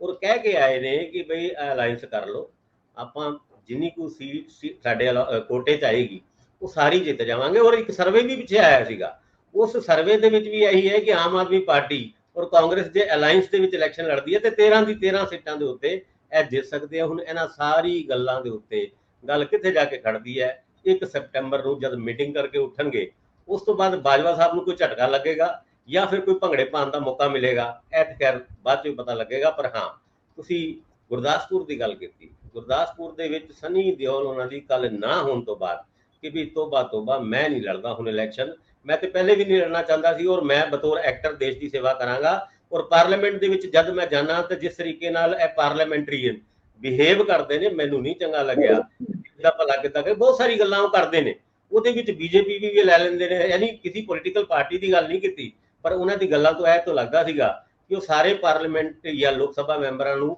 ਘੇਰ ਰਹੇ ਸੀਗੇ। ਦੂਜੇ ਪਾਸੇ ਹੁਣ ਇਹ ਤੈਅ ਹੋ ਗਿਆ ਕਿ ਸਨੀ ਦਿਓਲ ਉਹਨਾਂ ਇਲੈਕਸ਼ਨ ਨਹੀਂ ਲੜਨਗੇ। ਲੋਕਲ ਬੰਦੇ ਦੀ ਭਾਲ ਹੈ ਤੇ ਨਜ਼ਰ ਅਸ਼ਵਨੀ ਸ਼ਰਮਾ ਉਹਨਾਂ ਦੇ ਉੱਤੇ ਕਿਉਂ ਨਾ ਜਾਏ। ਅਗਲੇ ਨਾਰਾਜ਼ ਨੇ ਸੁਨੀਲ ਜਾਖੜ ਉਹਨਾਂ ਨੂੰ ਬਤੌਰ ਪ੍ਰਧਾਨ ਬਣਾਉਣ ਦਾ ਔਰ ਉਹਨਾਂ ਨੂੰ ਪ੍ਰਧਾਨਗੀ ਤੋਂ ਲਾਉਣ ਦੇ ਤਰੀਕੇ ਤੋਂ। ਤੇ ਲੱਗਦਾ ਹੈ ਕਿ ਭਾਜਪਾ ਇਸ ਟਾਈਮ ਜਿਹੜੇ ਅਸ਼ਵਨੀ ਸ਼ਰਮਾ ਉਹਨਾਂ ਨੂੰ ਲੋਕ ਸਭਾ ਚੋਣਾਂ ਦੇ ਵਿੱਚ ਤੇ ਉਤਾਰ ਹੀ ਸਕਦੀ ਹੈ। ਔਰ ਕੁਝ ਕਨਸੋ ਇਦਾਂ ਦੀ ਵੀ ਲੱਗੀ ਹੈ ਕਿ ਸ਼ਾਇਦ ਉਸ ਤੋਂ ਪਹਿਲੇ ਹੀ ਉਹਨਾਂ ਨੂੰ ਕੋਈ ਮੰਤਰੀ ਪਦ ਦਿੱਲੀ ਦੇ ਵਿੱਚ ਦੇ ਕੇ ਔਰ ਬਤੌਰ ਮੰਤਰੀ ਅਗਰ ਉਹ ਲੋਕ ਸਭਾ ਇਲੈਕਸ਼ਨ ਲੜਦੇ ਨੇ ਤੇ ਇੱਕ ਹੈਵੀ ਵੇਟ ਕੈਂਡੀਡੇਟ ਦਾ ਜਿਹੜਾ ਸਿਸਟਮ ਹੁੰਦਾ, ਖੈਰ ਅਦਰਵਾਈਜ਼ ਵੀ ਉਹ ਹੈਵੀ ਵੇਟ ਹੀ ਹੈਗੇ ਨੇ ਵੇਟ ਵਾਈਜ਼ ਵੀ, ਲੇਕਿਨ ਹੈਵੀ ਵੇਟ ਬਣਨ ਵਿੱਚ ਉਹਨਾਂ ਨੂੰ ਕਾਫੀ ਕੁਝ ਸਹੂਲੀਅਤ ਮਿਲ ਸਕਦੀ ਹੈ। ਹੁਣ ਹੋ ਸਕਦਾ ਹੈ ਅਸ਼ਵਨੀ ਸ਼ਰਮਾ ਉਹਨਾਂ ਜਿਹੜੇ ਕਾਫੀ ਟਾਈਮ ਤੋਂ ਘਰ ਬੈਠੇ ਹੋਏ ਨੇ, ਉਹ ਗੱਡੀ ਕੱਢਣ ਤੇ ਦਿੱਲੀ ਵੱਲ ਜਾਣ ਤੇ ਕੋਈ ਸੌਂ ਚੱਕਣ ਤੇ ਵਾਪਸ ਆ ਕੇ ਉਹ ਲੋਕ ਸਭਾ ਦੇ ਇਲੈਕਸ਼ਨ ਲੜਨ। ਹੋ ਸਕਦਾ ਇਦਾਂ ਦਾ ਹੋਏ, ਅਸੀਂ ਪੱਕੀ ਗੱਲ ਨਹੀਂ ਕਰਦੇ। ਅਸ਼ਵਨੀ ਸ਼ਰਮਾ ਜੀ ਕੋਈ ਲੱਡੂ ਅੱਜ ਨਾ ਬੁੱਕ ਕਰ ਦੇਣਾ, ਥੋੜਾ ਜਿਹਾ ਵੇਟ ਕਰ ਲਓ, ਕੋਈ ਦਿੱਲੀ ਤੋਂ ਕੋਈ ਮੈਸੇਜ ਆਉਣ ਦਿਓ। ਪਰ ਆਂਦਾ ਹੈ ਮੈਸੇਜ ਨਹੀਂ ਆਉਂਦਾ, ਇਹ ਤੇ ਫਿਰ ਵੱਡੇ ਘਰਾਂ ਵਾਲੇ ਹੀ ਜਾਣ। ਇਹ ਤਾਂ ਇੱਕ ਸਨੇਹ ਦੇ ਰੂਪ ਦੇ ਵਿੱਚ ਵੀ ਕਿ ਸਾਡੀ ਜਿਹੜੀ ਟ੍ਰੈਡੀਸ਼ਨਲ ਲੀਡਰਸ਼ਿਪ ਹੈ BJP ਦੀ, ਉਹਨਾਂ ਦਾ ਅਸੀਂ ਕਿੰਨਾ ਖਿਆਲ ਰੱਖਦੇ ਹਾਂ। ਮੇਰੇ ਖਿਆਲ ਇਹ ਕਾਫੀ ਵੱਡਾ ਸੁਨੇਹਾ ਹੋ ਸਕਦਾ ਜੇ BJP ਇੰਜ ਕਰਦੀ ਹੈ ਤਾਂ। ਖੈਰ, ਤੁਸੀਂ ਗੱਲ ਬਾਜਵਾ ਸਾਹਿਬ ਤੇ ਜਾਖੜ ਦੀ ਕੀਤੀ ਹੈ, ਇਹਨਾਂ 'ਚ ਸ਼ਰੀਕੇਬਾਜ਼ੀ ਨਵੀਂ ਨਹੀਂ ਹੈ। ਇੰਦਰਪ੍ਰੀਤ ਤਾਂ ਉਹਨਾਂ ਘੇਰਿਆਂ 'ਚ ਵਿਚਰਦੇ ਰਹੇ ਆ ਲਗਾਤਾਰ। ਸਭ ਤੋਂ ਵੱਡੀ ਲੜਾਈ ਕੈਪਟਨ ਅਮਰਿੰਦਰ ਸਿੰਘ ਤੇ ਪ੍ਰਤਾਪ ਬਾਜਵਾ ਦਾ ਨਹੀਂ ਸੀ। ਕੈਪਟਨ ਅਮਰਿੰਦਰ ਸਿੰਘ ਨੇ ਤਾਂ ਪ੍ਰਤਾਪ ਬਾਜਵਾ ਨੂੰ ਲਾਤਾ ਖੂੰਜੇ, ਪਰ ਜਿਹੜੀ ਬੰਬਾਰਡਮੈਂਟ ਹੁੰਦੀ ਸੀ ਉਹ ਹੁੰਦੀ ਸੀ ਜਾਖੜ ਵੱਲੋਂ, ਤੇ ਉਹੀ ਜਾਖੜ ਨਾਲ ਮੁੜ ਕੇ ਜਦੋਂ ਸਾਰੀ ਲੜਾਈ ਸੀ ਇਹਨਾਂ ਦੋਨਾਂ ਦੀ ਚੱਲਦੀ ਰਹੀ। ਬਾਅਦ ਦੇ ਵਿੱਚ ਚਲੋ ਜਾਖੜ ਸਾਹਿਬ ਤੇ ਅੰਬਿਕਾ ਸੋਨੀ ਚ ਆ ਗਈ, ਫਿਰ ਹੋਰ ਵੀ ਕਈ ਪਾਸੇ ਤੁਰੀ ਫਿਰੀ ਲੜਾਈ। ਪਰ ਇੰਦਰਪ੍ਰੀਤ ਜੀ, ਆਪਾਂ ਖੇਤੀ ਨੀਤੀ ਬਣਾਉਣ ਲੱਗੇ ਸੀ, ਉੱਥੇ ਕੱਲ ਬੌੜੇ ਹੀ ਨਾ ਬਹੁਤੇ ਬੰਦੇ। ਕੀ ਚੱਕਰ ਹੈ ਸਰਕਾਰ ਜੀ, ਕੀ ਹੋ ਰਿਹਾ? ਦੂਜੇ ਬੰਨੇ 186 ਕਰੋੜ ਰੁਪਏ ਦਾ ਐਡਾ ਵੱਡਾ ਅੰਕੜਾ ਦਿੱਤਾ, ਔਰ ਜ਼ਿਲ੍ਹਾ ਵਾਈਜ਼ ਸਾਰੇ ਉਹ ਕਿੰਨੇ ਪੈਸੇ ਕਿਹਨੂੰ ਗਏ ਉਹ ਸਭ ਵੀ ਆ ਗਿਆ। ਜਿੰਪਾ ਸਾਹਿਬ ਨੇ ਸੀਰੀਜ਼ ਆਫ ਇੰਟਰਵਿਊਜ਼ ਕੀਤੀਆਂ ਤੇ ਹੁਣ ਨਿਕਲਿਆ ਇਹ ਆ ਕਿ ਜਿੰਨੇ ਕੁ ਪੈਸੇ ਏਕੜ ਦੇ 6800 ਦੇ ਕਰੀਬ ਬਣਦੇ ਆ ਤੇ ਉਹ ਕਿਸਾਨ ਕਹਿੰਦੇ ਵੀ ਆਪਾਂ ਨਹੀਂ ਲੈਣੇ। ਤੇ ਮੁੱਖ ਮੰਤਰੀ ਸਾਹਿਬ ਤਾਂ ਕਾਫੀ ਵੱਡੀ ਗੱਲ ਕਰਦੇ ਸੀ ਵੀ ਆਪਾਂ ਵੀ ਦੇਵਾਂਗੇ। ਵੀ ਹੁਣ ਇਹ ਮਾਮਲਾ ਕੀ ਕੇਂਦਰ ਦੇ ਨਿਯਮਾਂ ਨਾਲ ਫਸ ਗਿਆ? ਜੇ ਨਿਯਮਾਂ ਨਾਲ ਹੀ ਫਸ ਗਿਆ ਤੇ ਨਿਯਮ ਬੋਲ ਕੇ ਪਹਿਲਾਂ ਪੜ੍ਹ ਕੇ ਫੇਰ ਹੀ ਜਾ ਕੇ ਅਨਾਉਂਸਮੈਂਟ ਕਰਦੇ, ਆਪੋ ਫਾਥੜੀਏ ਤੇ ਕਿਹੜਾ ਛਡਾਵੇ? ਹੁਣ ਦੱਸਿਓ ਜ਼ਰਾ। ਰੰਧਾਵਾ ਸਾਹਿਬ ਦੇਖੋ, ਜਿਹੜੀ ਕੇਂਦਰੀ ਟੀਮ ਆਈ ਸੀ ਉਹਨੂੰ 607 ਕਰੋੜ ਰੁਪਏ ਦਾ ਤਾਂ ਇਕੱਲਾ ਐਗਰੀਕਲਚਰ ਦਾ ਨੁਕਸਾਨ ਹੀ ਦੱਸਿਆ ਗਿਆ ਸੀਗਾ। ਉਸ ਤੋਂ 186 ਕਰੋੜ ਰੁਪਏ ਰਿਲੀਜ਼ ਕੀਤੇ ਹੈ ਤੇ ਉਹ 6800 ਰੁਪਏ ਦੇ ਹਿਸਾਬ ਨਾਲ ਕੀਤੇ। ਮੈਂ ਤੁਹਾਨੂੰ ਪਹਿਲਾਂ ਵੀ ਇੱਕ ਇਸੇ ਪ੍ਰੋਗਰਾਮ 'ਚ ਦੱਸਿਆ ਸੀਗਾ ਕਿ ਇਹ ਜਿਹੜੇ ਕੇਂਦਰੀ ਨਿਯਮ ਨੇ ਉਹ 15,000 ਰੁਪਏ ਪ੍ਰਤੀ ਏਕੜ ਵਾਲਾ ਜਿਹੜਾ ਹੈਗਾ ਉਹ ਤਾਂ ਲਾਗੂ ਹੋਊਗਾ ਜਦੋਂ ਕਿਸਾਨ ਦੀ ਫਸਲ ਪੂਰੀ ਤਰ੍ਹਾਂ ਬਰਬਾਦ ਹੋ ਜਾਂਦੀ ਹੈ। ਇੱਥੇ ਤਾਂ ਫਸਲ ਹਜੇ ਸਿਰਫ ਉਹਦੀ ਰੁਪਾਈ ਹੋਈ ਹੈ ਤੇ ਹਜੇ ਉਹਦੇ ਨਾਲ ਜਿਹੜੀ ਇਹਦਾ ਕਿੰਨਾ ਆਂਕਲਨ ਕੀਤਾ ਜਾਊਗਾ ਵੀ ਕਿੰਨਾ ਨੁਕਸਾਨ ਹੋਇਆ, ਇਹ ਇੱਕ ਬਹੁਤ ਵੱਡਾ ਸਵਾਲ ਹੈ। ਕੇਂਦਰੀ ਟੀਮ ਦੇ ਸਾਹਮਣੇ ਵੀ ਇਹ ਸਵਾਲ ਹੈ ਕਿ ਉਹ ਕਿਵੇਂ ਇਹਨੂੰ ਆਂਕਲਨ ਕਰੇ, ਕਿਉਂਕਿ ਜੀਰੀ ਦੇ ਵਿੱਚ ਸਭ ਤੋਂ ਵੱਡਾ ਜਿਹੜਾ ਖਰਚਾ ਹੁੰਦਾ ਹੈ ਉਹਦੀ ਰੁਪਾਈ ਦਾ ਹੀ ਹੁੰਦਾ। ਉਸ ਤੋਂ ਬਾਅਦ ਤਾਂ ਕੋਈ ਖਰਚਾ ਉਸ ਤੇ ਜ਼ਿਆਦਾ ਵੱਡਾ ਆਂਦਾ ਹੀ ਨਹੀਂ ਹੈ। ਹੁਣ ਕਿਸਾਨ ਕਈ ਵਾਰ 3 ਵਾਰ ਵੀ ਕਰ ਚੁੱਕੇ ਹੈ, ਫਿਰ ਹੜ੍ਹ ਆਉਣ ਦੀ ਸਥਿਤੀ ਆਈ ਹੋਈ ਹੈ। ਹੁਣ ਮੈਨੂੰ ਨਹੀਂ ਸਮਝ ਆਉਂਦੀ ਕਿ ਇਹ ਉਹ ਕਿਸਾਨ ਕਿਵੇਂ ਇਹਨੂੰ ਐਕਸੈਪਟ ਕਰਨਗੇ।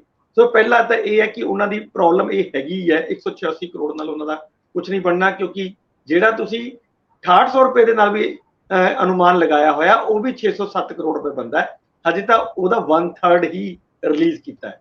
ਦੂਸਰੀ ਗੱਲ ਜਿਹੜੀ ਖੇਤੀ ਨੀਤੀ ਦੀ ਆਪਾਂ ਕਰ ਰਹੇ ਸੀ, ਖੇਤੀ ਨੀਤੀ ਦੇ ਦੇਖੋ ਬਹੁਤ ਦਮਗੱਜੇ ਜੇ ਮਾਰੇ ਗਏ ਸੀ ਜਦੋਂ ਸਰਕਾਰ ਬਣੀ ਸੀ ਕਿ ਅਸੀਂ ਕਿਸਾਨ ਮਿਲਣੀਆਂ ਕਰਾਂਗੇ, ਉਸ ਤੋਂ ਬਾਅਦ ਉਹਨਾਂ ਨਾਲ ਉਹਨਾਂ ਦੇ ਸੁਝਾਅ ਲੈ ਕੇ ਇਹਦੇ ਵਿੱਚ ਰੱਖਾਂਗੇ ਤੇ 31 ਮਾਰਚ ਤੱਕ ਕਰ ਦਾਂਗੇ। ਫਿਰ 31 ਜੂਨ ਆਈ, ਹੁਣ ਜੂਨ ਵੀ ਲੰਘ ਕੇ ਅਗਸਤ ਦੇ ਵਿੱਚ ਆਪਾਂ ਸਪੈਸ਼ਲ ਵਿਧਾਨ ਸਭਾ ਦੀ ਜਿਹੜੀ ਕਮੇਟੀ ਹੈ ਐਗਰੀਕਲਚਰ ਦੇ ਉੱਤੇ, ਉਹਨੇ ਇਸ ਪੈਨਲ ਨੂੰ ਬੁਲਾਇਆ ਔਰ ਪੁੱਛਿਆ ਵੀ ਯਾਰ ਕੀ ਕਰ ਰਹੇ ਹੋ ਤੁਸੀਂ, ਕਦੋਂ ਤੱਕ ਦੋਗੇ। ਤਾਂ ਮੈਨੂੰ ਹੈਰਾਨੀ ਹੋਈ ਕੱਲ ਇਹ ਸੁਣ ਕੇ, ਜਦੋਂ ਮੈਂ ਕਿਉਂਕਿ ਮੈਂ ਇਸ ਖਬਰ ਦੇ ਉੱਤੇ ਲੱਗਿਆ ਹੋਇਆ ਸੀ 2-3 ਦਿਨ ਤੋਂ, ਤਾਂ ਕੱਲ ਸਿਰਫ 3 MLA ਆਏ। ਇੱਕ ਜਿਹੜੇ ਟੌਂਗ ਸਾਹਿਬ ਨੇ ਜਿਹੜੇ ਇਹਦੇ ਚੇਅਰਮੈਨ ਨੇ, ਇੱਕ ਸਰਾਰੀ ਸਾਹਿਬ ਔਰ ਇੱਕ ਸੰਦੀਪ ਜਾਖੜ, ਬਸ 3 ਜਣਿਆਂ ਤੋਂ ਇਲਾਵਾ ਕੋਈ ਨਹੀਂ ਹੈ, ਜਦਕਿ 1 ਦਰਜਨ ਤੋਂ ਉੱਪਰ ਇਸ ਟੀਮ ਦੇ ਵਿੱਚ ਹੈਗੇ ਨੇ। ਦੂਜੀ ਗੱਲ ਇਹ ਜਿਹੜੀ ਇੰਟਰਸਟਿੰਗ ਚੀਜ਼ਾਂ ਉਹਦੇ 'ਚ ਪੁੱਛੀਆਂ ਗਈਆਂ ਉਹ ਬਹੁਤ ਇੰਟਰਸਟਿੰਗ ਹੈ। ਉਹਨਾਂ ਨੇ ਕਿਹਾ ਜੀ ਇਸ ਜਿਹੜੀ ਪੈਨਲ ਹੈ ਇਹਨੇ ਇੱਕ ਬੋਸਟਨ ਕੰਸਲਟੈਂਸੀ ਗਰੁੱਪ ਦੀ ਵੀ ਸੇਵਾਵਾਂ ਲਿੱਤੀਆਂ ਨੇ, ਤੁਹਾਨੂੰ ਕਰੋੜਾਂ ਰੁਪਏ ਦਿੱਤੇ ਜਾ ਰਹੇ ਨੇ, ਕਿ ਉਸ ਨੇ ਕੋਈ ਤੁਹਾਨੂੰ ਸੁਝਾਅ ਦਿੱਤੇ ਨੇ, ਤੇ ਜਿਹੜੇ ਸੁਝਾਅ ਦਿੱਤੇ ਨੇ ਉਹ ਕੀ ਦਿੱਤੇ ਆ। ਤਾਂ ਜਿਹੜੇ ਸੁਖਪਾਲ ਹੈਗੇ ਨੇ ਪੰਜਾਬ ਕਿਸਾਨ ਕਮਿਸ਼ਨ ਦੇ ਚੇਅਰਮੈਨ, ਉਹਨਾਂ ਨੇ ਕਿਹਾ ਕਿ ਜੀ ਹਜੇ ਤੱਕ ਤਾਂ ਅਸੀਂ ਉਹਨਾਂ ਨਾਲ ਕੋਈ ਮੀਟਿੰਗ ਨਹੀਂ ਕੀਤੀ ਤੇ ਨਾ ਹੀ ਉਹਨਾਂ ਨੇ ਸਾਨੂੰ ਕੋਈ ਸੁਝਾਅ ਦਿੱਤੇ ਨੇ। ਤਾਂ ਸੰਦੀਪ ਜਾਖੜ ਹੋਰਾਂ ਨੇ ਕਿਹਾ ਕਿ ਇੱਕ ਪਾਸੇ ਤਾਂ ਆਪ ਤੁਸੀਂ ਹੀ ਕਹਿ ਰਹੇ ਹੋ ਸੁਖਪਾਲ ਜੀ ਕਿ ਜਿਹੜੀ ਪੰਜਾਬ ਐਗਰੀਕਲਚਰ ਯੂਨੀਵਰਸਿਟੀ ਹੈ, ਜਿਹੜੀ ਸਾਡੀ ਪੁਰੋਦਾ ਐਡੀ ਵੱਡੀ, ਉਹ ਦੇ ਵਿੱਚ ਸਾਡੇ ਕੋਲ ਹੁਣ ਸਾਇੰਟਿਸਟ ਨਹੀਂ ਰਹੇ। ਅਸੀਂ ਕਿਉਂਕਿ ਸਾਡਾ ਸੰਕਟ ਹੈ, ਵਿੱਤੀ ਸੰਕਟ ਹੈ, ਇਸ ਕਰਕੇ ਅਸੀਂ ਨਵੇਂ ਸਾਇੰਟਿਸਟ ਨਹੀਂ ਰੱਖ ਪਾ ਰਹੇ ਉੱਤੇ, ਜਿਹਦੇ ਕਰਕੇ ਅਸੀਂ ਨਵੀਆਂ ਬੀਜ ਜਾਂ ਹੋਰ ਚੀਜ਼ਾਂ ਡਿਵੈਲਪ ਨਹੀਂ ਕਰ ਪਾ ਰਹੇ। ਤੇ ਦੂਜੇ ਪਾਸੇ ਅਸੀਂ ਕਰੋੜਾਂ ਰੁਪਈਆ ਇੱਕ ਕੰਸਲਟੈਂਸੀ ਗਰੁੱਪ ਨੂੰ ਦੇਈ ਜਾ ਰਹੇ ਹਾਂ। ਵੀ ਇਹ ਮਿਸਮੈਚ ਹੈ, ਇਹ ਤਰਕਸੰਗਤ ਨਹੀਂ ਹੈ। ਇੱਕ ਪਾਸੇ ਅਸੀਂ ਕਰੋੜਾਂ ਰੁਪਈਆ ਉੱਥੇ ਵਿਅਰਥ ਗਵਾਈ ਜਾਈਏ ਔਰ ਐਗਰੀਕਲਚਰ ਯੂਨੀਵਰਸਿਟੀ ਨੂੰ ਅਸੀਂ ਉਹ ਪੈਸਾ ਦੇ ਨਾ ਸਕੀਏ। ਇਸ ਤਰ੍ਹਾਂ ਹੀ ਨਾ ਤਾਂ ਉਹਨਾਂ ਕੋਲੇ ਫ੍ਰੀ ਬਿਜਲੀ ਹੈ ਜਿਹੜੀ, ਉਸ ਤੇ ਕੀ ਹੋਏਗਾ, ਕਿਸਾਨਾਂ ਦੀ ਆਮਦਨੀ ਜਿਹੜੀ ਹੈ ਉਹ ਵਧਾਉਣ ਲਈ ਕੀ ਕੀਤਾ ਜਾਏਗਾ। ਇਸ ਤਰ੍ਹਾਂ ਦੇ ਬਹੁਤ ਸਾਰੀਆਂ ਚੀਜ਼ਾਂ ਸੀਗੀਆਂ ਜਿਸ ਤੇ ਮਤਲਬ ਚਾਹੇ 3 ਹੀ ਵਿਧਾਇਕ ਸੀਗੇ, ਉਹਨਾਂ ਨੇ ਸਵਾਲ ਤਾਂ ਉਹਨਾਂ ਤੋਂ ਕਾਫੀ ਪੁੱਛੇ। ਤੇ ਜਿਹੜੇ ਸੁਖਪਾਲ ਹੈਗੇ ਨੇ, ਡਾਕਟਰ ਸੁਖਪਾਲ, ਉਹਨਾਂ ਨੇ ਕਿਹਾ ਵੀ ਅਸੀਂ 150 ਪੇਜ ਦੀ ਇੱਕ ਰਿਪੋਰਟ ਤਿਆਰ ਕਰ ਰਹੇ ਹਾਂ।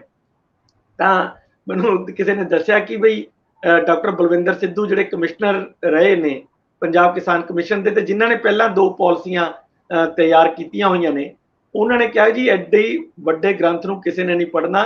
ਸਾਡੀ ਤਾਂ 15 ਪੰਨਿਆਂ ਦੀ ਜਿਹੜੀ ਪਿਛਲੀ ਪਾਲਿਸੀ ਸੀ ਉਹਨੂੰ ਕਿਸੇ ਨੇ ਨਹੀਂ ਪੜ੍ਹਿਆ ਹਜੇ ਤੱਕ, ਤੇ 150 ਪੇਜਾਂ ਦੀ ਨੂੰ ਕੌਣ ਪੜ੍ਹੇਗਾ। ਸੋ ਮੈਂ ਸਾਰੇ ਇਸ ਤੋਂ ਅਨੁਮਾਨ ਲਗਾ ਰਿਹਾ ਸੀ ਵੀ ਅਸੀਂ ਕਿੰਨੇ ਗੰਭੀਰ ਆ, ਜਦੋਂ ਉਹਨਾਂ ਨੇ ਇਹ ਕਿਹਾ ਵੀ ਅਸੀਂ ਹਜੇ ਸਾਨੂੰ ਹੋਰ ਟਾਈਮ ਲੱਗੇਗਾ। ਯਾਨੀ ਜੇ 4-5 ਮਹੀਨੇ ਹੋਰ ਵੀ ਇਹ ਗਰੁੱਪ ਇੱਕ ਰਿਪੋਰਟ ਦੇਣ ਨੂੰ ਲਗਾਉਂਦਾ ਹੈ, ਤਾਂ ਮੈਨੂੰ ਲੱਗਦਾ ਕਿ ਸਰਕਾਰ ਆਪਣਾ ਅੱਧਾ ਜਿਹੜਾ 5 ਸਾਲ ਦਾ ਅੱਧਾ ਵਕਫਾ ਤਾਂ ਤੈਅ ਕਰ ਲੇਗੀ, ਤੇ ਅੱਧੇ ਵਕਫੇ ਤੋਂ ਬਾਅਦ ਕਿੰਨਾ ਉਹਨਾਂ ਕੋਲ ਟਾਈਮ ਹੋਏਗਾ ਵੀ ਇਸ ਪਾਲਿਸੀ ਨੂੰ ਉਹ ਲਾਗੂ ਕਰ ਸਕਣ। ਸੋ ਸਾਰੀ ਜਿਹੜੀ ਐਕਸਰਸਾਈਜ਼ ਹੈ ਮੈਨੂੰ ਵਿਅਰਥ ਜੀ ਜਾਂਦੀ ਦਿਖ ਰਹੀ ਹੈ ਹਜੇ ਤੱਕ, ਕਿਉਂਕਿ ਜਿੰਨਾ ਕੁ ਟਾਈਮ ਲੱਗ ਚੁੱਕਿਆ। ਇੰਨੀਆਂ ਪਾਲਿਸੀਆਂ ਸਾਡੇ ਕੋਲ ਪਹਿਲਾਂ ਮੈਂ ਤੁਹਾਨੂੰ ਦੱਸਿਆ 2008, 13 ਤੇ 18 ਵਾਲੀ ਆਲਰੇਡੀ ਸਾਡੇ ਕੋਲ ਪਈਆਂ ਨੇ, ਹਜੇ ਤੱਕ ਅਸੀਂ ਉਹਨਾਂ ਨੂੰ ਵੀ ਲਾਗੂ ਨਹੀਂ ਕੀਤਾ। ਤੇ ਇਹ ਵੀ ਇੱਕ ਹੋਰ ਐਕਸਰਸਾਈਜ਼ ਜਿਹੜੀ ਹੈਗੀ ਹੈ ਉਹ ਹੀ ਚੱਲ ਰਹੀ ਹੈ। ਜਦੋਂ ਅਸੀਂ ਖੇਤੀ ਨੀਤੀ ਤੇ ਗੱਲ ਕਰ ਰਹੇ ਹਾਂ ਤੇ ਸਾਡਾ ਮਕਸਦ ਇਹੀ ਹੈ ਕਿ ਕਿਸਾਨ ਯੂਨੀਅਨਾਂ ਦੇ ਰੂਪ ਦੇ ਵਿੱਚ ਸੜਕਾਂ ਤੇ ਹੈ ਤੇ ਸਾਡੇ ਖੇਤ ਡੁੱਬੇ ਪਏ ਆ। ਮੁੱਖ ਮੰਤਰੀ ਜੋ ਕਹਿ ਰਹੇ ਆ ਕੇਂਦਰ ਉਹਨੂੰ ਮੰਨਣ ਲਈ ਤਿਆਰ ਨਹੀਂ। ਸੋ ਜਿਹੜਾ ਸਾਡਾ ਸੰਕਟ ਹੈ ਉਹ ਸਾਡੀ ਹੋਂਦ ਦਾ ਹੈ, ਜਿਉਂਦੇ ਰਹਿਣ ਦਾ ਹੈ, ਜਿਹੜਾ ਖੇਤ ਨਾਲ ਜੁੜਿਆ। ਇਸ ਕਰਕੇ ਅਸੀਂ ਇਹਦੇ ਤੇ ਜ਼ੋਰ ਦੇ ਰਹੇ ਹਾਂ। ਸਾਡੀ ਸਾਰੀ ਦੀ ਸਾਰੀ ਹੋਣੀ ਜਿਹੜੀ ਹੈ ਉਹ ਐਗਰੀਕਲਚਰ ਤੇ ਜੁੜੀ ਹੈ, ਔਰ ਅਸੀਂ ਸਭ ਤੋਂ ਘੱਟ ਅਹਿਮੀਅਤ ਵਾਲਾ ਇਹ ਮਹਿਕਮਾ ਮੰਨਦੇ ਆ। ਸਭ ਤੋਂ ਘੱਟ ਇਹਦੇ ਤੇ ਤਵੱਜੋ ਦਿੱਤੀ ਜਾਂਦੀ ਹੈ, ਔਰ ਜਦੋਂ ਕਿ ਲੋੜ ਆ ਕਿ ਸਾਡਾ ਹੋਮ ਨਾਲੋਂ ਵੀ ਜ਼ਿਆਦਾ ਅਹਿਮ, ਗ੍ਰਹਿ ਮੰਤਰਾਲੇ ਨਾਲੋਂ, ਵਿੱਤ ਮੰਤਰਾਲੇ ਨਾਲੋਂ ਵੀ ਜ਼ਿਆਦਾ ਅਹਿਮ ਮੰਤਰਾਲਾ, ਔਰ ਉਹਨੂੰ ਇੰਨਾ ਕੁ ਤੁਹਾਨੂੰ ਸਟਰੈਂਥਨ ਕਰਨਾ ਚਾਹੀਦਾ, ਨਿਰਚ ਬਣਾਉਣਾ ਚਾਹੀਦਾ ਅਧਿਕਾਰੀਆਂ ਨਾਲ, ਸਾਇੰਟਿਸਟਾਂ ਨਾਲ।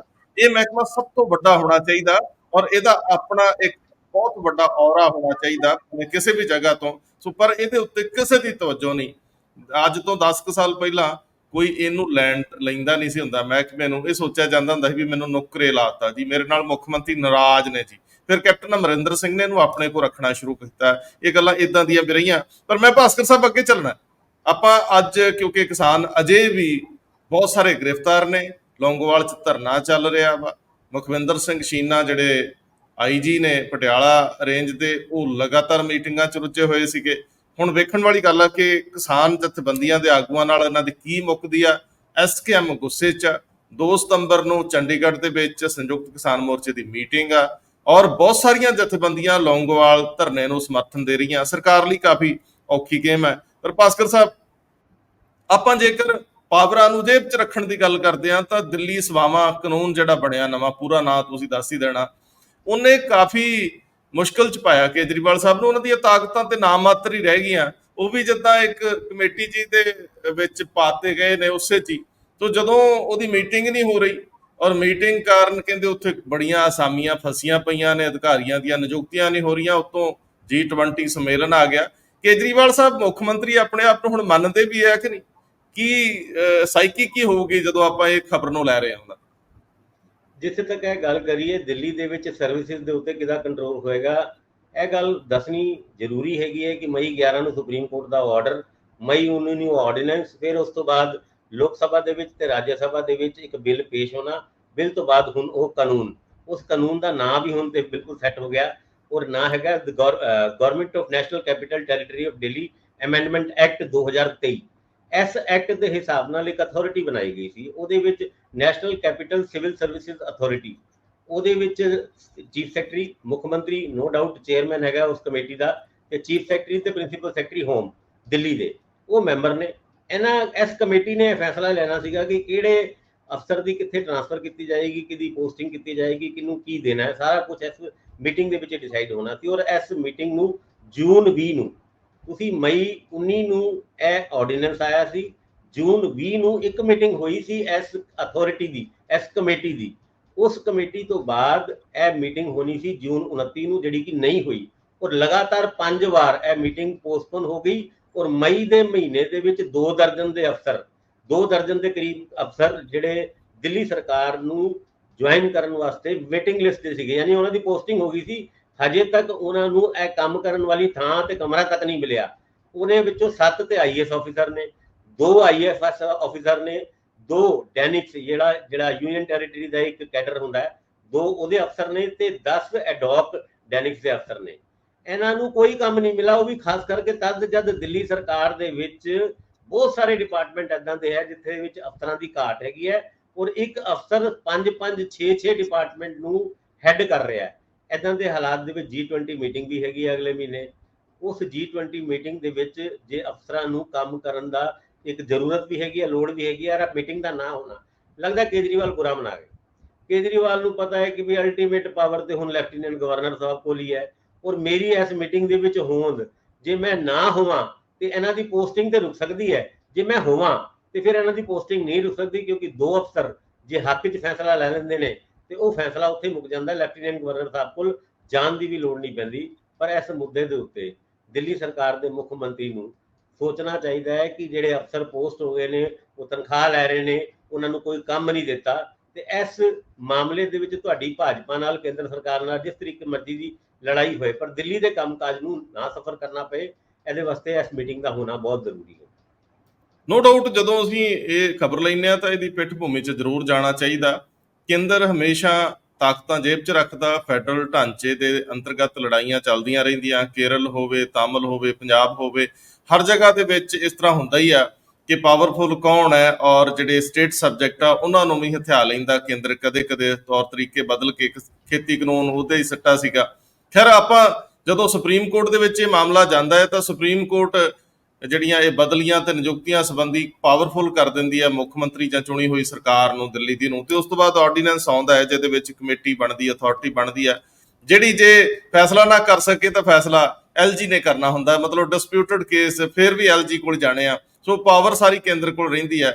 ਇਸ ਸਵਾਲ ਨੂੰ ਜਦੋਂ ਹੁਣ ਐਡਰੈਸ ਇਸ ਤਰੀਕੇ ਨਾਲ ਕੀਤਾ ਗਿਆ ਵੀ ਕਾਨੂੰਨ ਬਣਾ ਦਿੱਤਾ ਗਿਆ, ਹਾਲਾਂਕਿ ਇਹ ਮਾਮਲਾ ਅਜੇ ਵੀ ਸੁਪਰੀਮ ਕੋਰਟ ਦੇ ਵਿੱਚ ਵਿਚਾਰ ਅਧੀਨ ਹੈ, ਇਹਦੇ ਉੱਤੇ ਅਜੇ ਅੰਤਮ ਅੱਖਰ ਆਉਣਾ ਹੈ, ਪਰ ਸਮਾਨਾਂਤਰ ਕਾਨੂੰਨ ਬਣ ਚੁੱਕਿਆ। ਪਰ ਮੈਂ ਭਾਸਕਰ ਸਾਹਿਬ 4 ਲਾਈਨਾਂ 'ਚ ਜਾਣਨਾ ਚਾਹੂੰਗਾ ਕਿ ਪੰਜਾਬ ਦੇ ਵਿੱਚ ਵੀ ਕਈ ਮਾਮਲਿਆਂ 'ਚ ਸਰਕਾਰ ਉਦਾਸੀਨ ਹੈ। ਜਿਹੜੇ 2 ਭਰਾ, ਸਕੇ ਭਰਾ, ਇੱਕ ਥਾਣੇ ਦੇ ਵਿੱਚ ਕਿਸੇ ਸਮਝੌਤੇ ਲਈ ਗਏ ਸੀ, ਉੱਥੇ ਜਲਾਲਤ ਮਹਿਸੂਸ ਕਰਦਿਆਂ ਖੁਦਕੁਸ਼ੀ ਕਰਕੇ, ਔਰ ਇਹ ਹੁਣ ਤੱਕ ਵੀ ਨਾ ਤਾਂ ਉਹਨਾਂ ਦੀਆਂ ਸ਼ਾਇਦ ਲਾਸ਼ਾਂ ਮਿਲੀਆਂ ਨੇ, ਔਰ ਅਜੇ ਤੱਕ ਵੀ ਇਹ ਜ਼ਿਕਰ ਨਹੀਂ ਹੋ ਰਿਹਾ ਕਿ ਕਿਸੇ ਖਿਲਾਫ ਕੋਈ ਕਾਰਵਾਈ ਹੋਈ। ਕਿਉਂ ਨਹੀਂ SHO ਨੂੰ ਹੁਣ ਤੱਕ ਸਸਪੈਂਡ ਜਾਂ ਬਰਖਾਸਤ ਕੀਤਾ ਗਿਆ? ਬਰਖਾਸਤ ਕਰਨ ਤੋਂ ਪਹਿਲਾਂ ਸਸਪੈਂਡ ਤਾਂ ਕਰਨਾ ਪੈਂਦਾ ਜਾਂ ਡਾਇਰੈਕਟ ਵੀ ਕੀਤਾ ਜਾ ਸਕਦਾ ਹੁੰਦਾ ਹੈ। ਮੈਨੂੰ ਲੱਗਿਆ ਕਿ ਇਹ ਸਾਰੇ ਮਾਮਲੇ 'ਚ ਸਰਕਾਰ ਚੁੱਪ ਹੈ, ਕੁਝ ਕਾਰਵਾਈ ਹੋਈ ਹੈ ਤਾਂ ਜ਼ਰੂਰ ਸਾਂਝ ਪਾ ਦਿਓ। ਸਰਕਾਰ ਦੀ ਚੁੱਪੀ ਬਹੁਤ ਕੁਝ ਦੱਸਦੀ ਹੈ। ਇਸ ਤਰੀਕੇ ਦੇ ਸੰਵੇਦਨਸ਼ੀਲ ਮਾਮਲਿਆਂ ਦੇ ਵਿੱਚ ਜਦ ਜਨਤਾ ਉਹਨਾਂ ਦੋਵਾਂ ਭਰਾਵਾਂ ਦੇ ਨਾਲ ਖੜੀ ਹੈ, ਔਰ ਲੋਕ ਇਹ ਸੋਚਦੇ ਨੇ ਕਿ ਉਹ CCTV ਕੈਮਰੇ ਉਸ ਦਿਨ ਹੀ ਕਿਉਂ ਖਰਾਬ ਹੋ ਜਾਂਦੇ ਨੇ, ਯਾਨੀ ਸਵਾਲ ਉੱਠ ਰਹੇ ਨੇ। ਪਰ ਪੰਜਾਬ ਪੁਲਿਸ, ਪੰਜਾਬ ਸਰਕਾਰ ਇਸ ਮੁੱਦੇ ਦੇ ਉੱਤੇ ਹਜੇ ਤੱਕ ਇੱਕ ਵੀ ਐਕਸ਼ਨ ਨਹੀਂ ਲਿੱਤਾ, ਬਜਾਏ ਇਹਦੇ ਕਿ Punjab state human rights commission ਇਸ ਮੁੱਦੇ ਦੇ ਉੱਤੇ ਇਨਵੈਸਟੀਗੇਸ਼ਨ ਕਰੇਗੀ। ਇਹ ਗੱਲ ਨਿਕਲ ਕੇ ਆਈ ਹੈ। ਤੁਸੀਂ ਦੱਸੋ, ਜੇ ਪੰਜਾਬ ਪੁਲਿਸ ਐਕਸ਼ਨ ਹੀ ਨਹੀਂ ਲੈ ਰਹੀ ਔਰ ਪੰਜਾਬ ਹਿਊਮਨ ਰਾਈਟਸ ਕਮਿਸ਼ਨ ਕੋਈ ਇਨਵੈਸਟੀਗੇਸ਼ਨ ਕਰਦੀ ਹੈ, DSP ਜੋ ਇਸ ਇਨਵੈਸਟੀਗੇਸ਼ਨ ਨੂੰ ਕਰ ਰਹੇ ਨੇ, ਉਹ ਕਹਿੰਦੇ ਨੇ ਜਲੰਧਰ ਵਾਲਿਆਂ ਨੂੰ ਅਸੀਂ ਦੱਸਿਆ ਕਿ ਵੀ ਸਾਨੂੰ CCTV ਫੁਟੇਜ ਭੇਜੋ ਉਸ ਐਲੈਜ ਹਿਊਮਿਲੇਸ਼ਨ ਦੀ, ਪਰ ਉਹ ਕਹਿੰਦੇ ਹੈ ਹੀ ਨਹੀਂ CCTV ਕੈਮਰੇ। ਇਦਾਂ ਦੇ ਵਿੱਚ ਤੁਸੀਂ ਕੀ ਕਰੋਗੇ? ਸਰਕਾਰ ਔਰ ਪੁਲਿਸ ਦੀ ਕਾਰਗੁਜ਼ਾਰੀ ਇਸ ਤਰੀਕੇ ਨਾਲ ਬਦਨਾਮ ਵੀ ਹੋਈ ਹੈ, ਔਰ ਐਕਸ਼ਨ ਨਾ ਲੈਣਾ ਇਸ ਗੱਲ ਨੂੰ ਇੰਡੀਕੇਟ ਕਰਦਾ ਹੈ ਕਿ ਸ਼ਾਇਦ ਪੰਜਾਬ ਸਰਕਾਰ ਤੇ ਪੰਜਾਬ ਪੁਲਿਸ ਇਦਾਂ ਦੇ ਮਾਮਲਿਆਂ ਦੇ ਵਿੱਚ, ਜਦ ਆਮ ਜਨਤਾ ਦੇ 2 ਨੌਜਵਾਨ, ਯਾਨੀ ਆਮ ਜਨਤਾ ਦੇ ਵਿੱਚੋਂ ਇੱਕ ਘਰ ਦੇ 2 ਬੱਚੇ, 2 ਨੌਜਵਾਨ ਭਰਾ ਸੁਸਾਈਡ ਕਰ ਲੈਂਦੇ ਨੇ, ਸੁਸਾਈਡ ਕਰਨ ਵਾਲਿਆਂ ਦੀ ਭਾਵਨਾਵਾਂ ਨੂੰ ਦੇਖੋ ਕਿੰਨਾ ਕੁ ਹਿਊਮਿਲੇਟ ਹੋਇਆ ਹੋਵੇਗਾ, ਜਿਸ ਕਰਕੇ ਉਹਨੇ ਇਹ ਐਕਸਟ੍ਰੀਮ ਸਟੈਪ ਲਿੱਤਾ। ਪਰ ਚਲੋ, ਇਹ ਮਾਮਲਾ ਕਿਸ ਤਰੀਕੇ ਨਾਲ ਅੱਗੇ ਵਧਦਾ ਹੈ ਇਹ ਤੇ ਹਜੇ ਦੇਖਣਾ ਹੋਏਗਾ, ਪਰ ਹਜੇ ਤੱਕ ਕੋਈ ਵੀ ਕਾਰਵਾਈ ਪੁਲਿਸ ਨੇ ਇਸ ਮੁੱਦੇ ਦੇ ਉੱਤੇ ਨਹੀਂ ਕੀਤੀ। ਨੋ ਡਾਊਟ ਇਹ 'ਚ ਜਲੰਧਰ ਦੇ ਕਮਿਸ਼ਨਰ ਆਫ ਪੁਲਿਸ ਔਰ DGP ਸਾਹਿਬ ਨੂੰ ਧਿਆਨ ਦੇਣ ਦੀ ਲੋੜ ਹੈ। ਮੈਨੂੰ ਲੱਗਦਾ ਇਹ ਕਾਫੀ ਸੈਂਸਿਟਿਵ ਮਾਮਲਾ ਜਿਹਨੂੰ ਅੱਖੋਂ ਓਹਲੇ ਕੀਤਾ ਗਿਆ। ਹੋ ਸਕਦਾ ਸਰਕਾਰ ਦੀਆਂ ਤਰਜੀਹਾਂ ਦੇ ਵਿੱਚ ਇਹ ਛੋਟੇ-ਮੋਟੇ ਮਾਮਲੇ ਹੋਣ ਔਰ ਉਹਨਾਂ ਦਾ ਧਿਆਨ ਕਿਸਾਨ ਅੰਦੋਲਨ ਦੇ ਉੱਤੇ ਔਰ ਨਾਲ ਦੀ ਨਾਲ ਹੜ੍ਹਾਂ ਦੀ ਸਥਿਤੀ ਤੇ ਹੋਵੇ, ਪਰ ਜਿਹੜਾ ਸਿਸਟਮ ਹੈ ਉਹ ਵਰਕ ਕਰਦਾ ਰਹਿਣਾ ਚਾਹੀਦਾ ਥੱਲੇ ਤੱਕ। ਇੰਦਰਪ੍ਰੀਤ ਜੀ, ਲਾਸਟ ਵਿੱਚ ਕੈਨੇਡਾ ਗਵਰਨਮੈਂਟ ਮਹਿਸੂਸ ਕਰ ਰਹੀ ਹੈ ਕਿ ਸਾਡੇ ਕੋਲ ਇੱਥੇ ਆਉਣ ਵਾਲਿਆਂ ਲਈ ਘਰਾਂ ਦੀ ਘਾਟ ਹੈ।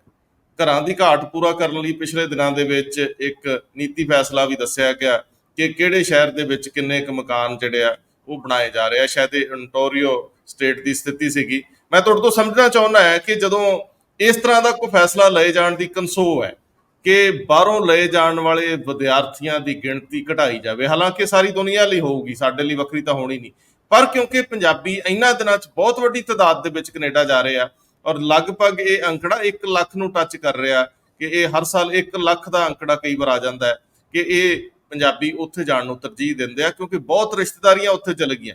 ਜਿੱਦਾਂ ਕਹਿੰਦੇ ਹੁੰਦੇ ਨਾ ਵੀ ਫਲਾਣਾ ਸਾਡੇ ਰਿਸ਼ਤੇਦਾਰੀ 'ਚ, ਸੱਜਣਾ ਮਿੱਤਰਾਂ 'ਚ ਫਲਾਣਾ ਫਲਾਣੇ ਸ਼ਹਿਰ 'ਚ, ਫਲਾਣੇ ਮਹੱਲੇ 'ਚ, ਉੱਥੇ ਆਪਾਂ ਵੀ ਚੱਲ ਜਾਈਏ, ਉੱਥੇ ਘਰ ਬਣਾ ਲਈਏ। ਕੈਨੇਡਾ ਮੈਨੂੰ ਲੱਗਦਾ ਇਸੇ ਕਰਕੇ ਬਹੁਤ ਗਿਣਤੀ ਲੋਕ ਚਲੇ ਗਏ ਕਿ ਹੁਣ ਇੱਕ ਭਾਈਚਾਰਾ ਉੱਥੇ ਬਣ ਗਿਆ, ਉੱਥੇ ਵਿਆਹ ਸ਼ਾਦੀਆਂ ਹੋ ਰਹੀਆਂ, ਉੱਥੇ ਹੀ ਮਰਨੇ ਕਰਨੇ ਵੀ ਹੋ ਰਹੇ। ਹੁਣ ਕੋਈ ਲਾਸ਼ ਲੈ ਕੇ ਪਿੰਡ ਨਹੀਂ ਆਉਂਦਾ ਦਫਨਾਉਣ ਜਾਂ ਜਿਹੜੀ ਆਪਣਾ ਸੰਸਕਾਰ ਲਈ, ਹੁਣ ਉੱਥੇ ਹੀ ਸਭ ਕੁਝ ਹੋ ਰਿਹਾ। ਸੋ ਮੈਨੂੰ ਲੱਗਦਾ ਕਿ ਜੇ ਇਸ ਤਰ੍ਹਾਂ ਦੀ ਰੋਕ ਲੱਗਦੀ ਹੈ ਤਾਂ ਫਿਰ ਗੈਰ ਕਾਨੂੰਨੀ ਤਰੀਕਿਆਂ ਵੱਲ ਲੋਕ ਰੁਚਿਤ ਹੋਣਗੇ। ਜਾਣਾ ਤਾਂ ਹੈ ਹੀ ਆ ਜਿਹਨੇ ਜਾਣਾ। ਜੀ ਰੰਧਾਵਾ ਸਾਹਿਬ, ਬਿਲਕੁਲ ਠੀਕ ਹੈ। ਪਿਛਲੇ ਕਾਫੀ ਸਮੇਂ ਤੋਂ ਇਹ ਹੁਣ ਦੇਖਣ ਲਈ ਮਿਲ ਰਿਹਾ ਕਿ ਉੱਥੇ ਰਹਿਣ ਦੀ ਬੜੀ ਦਿੱਕਤ ਆ ਰਹੀ ਹੈ।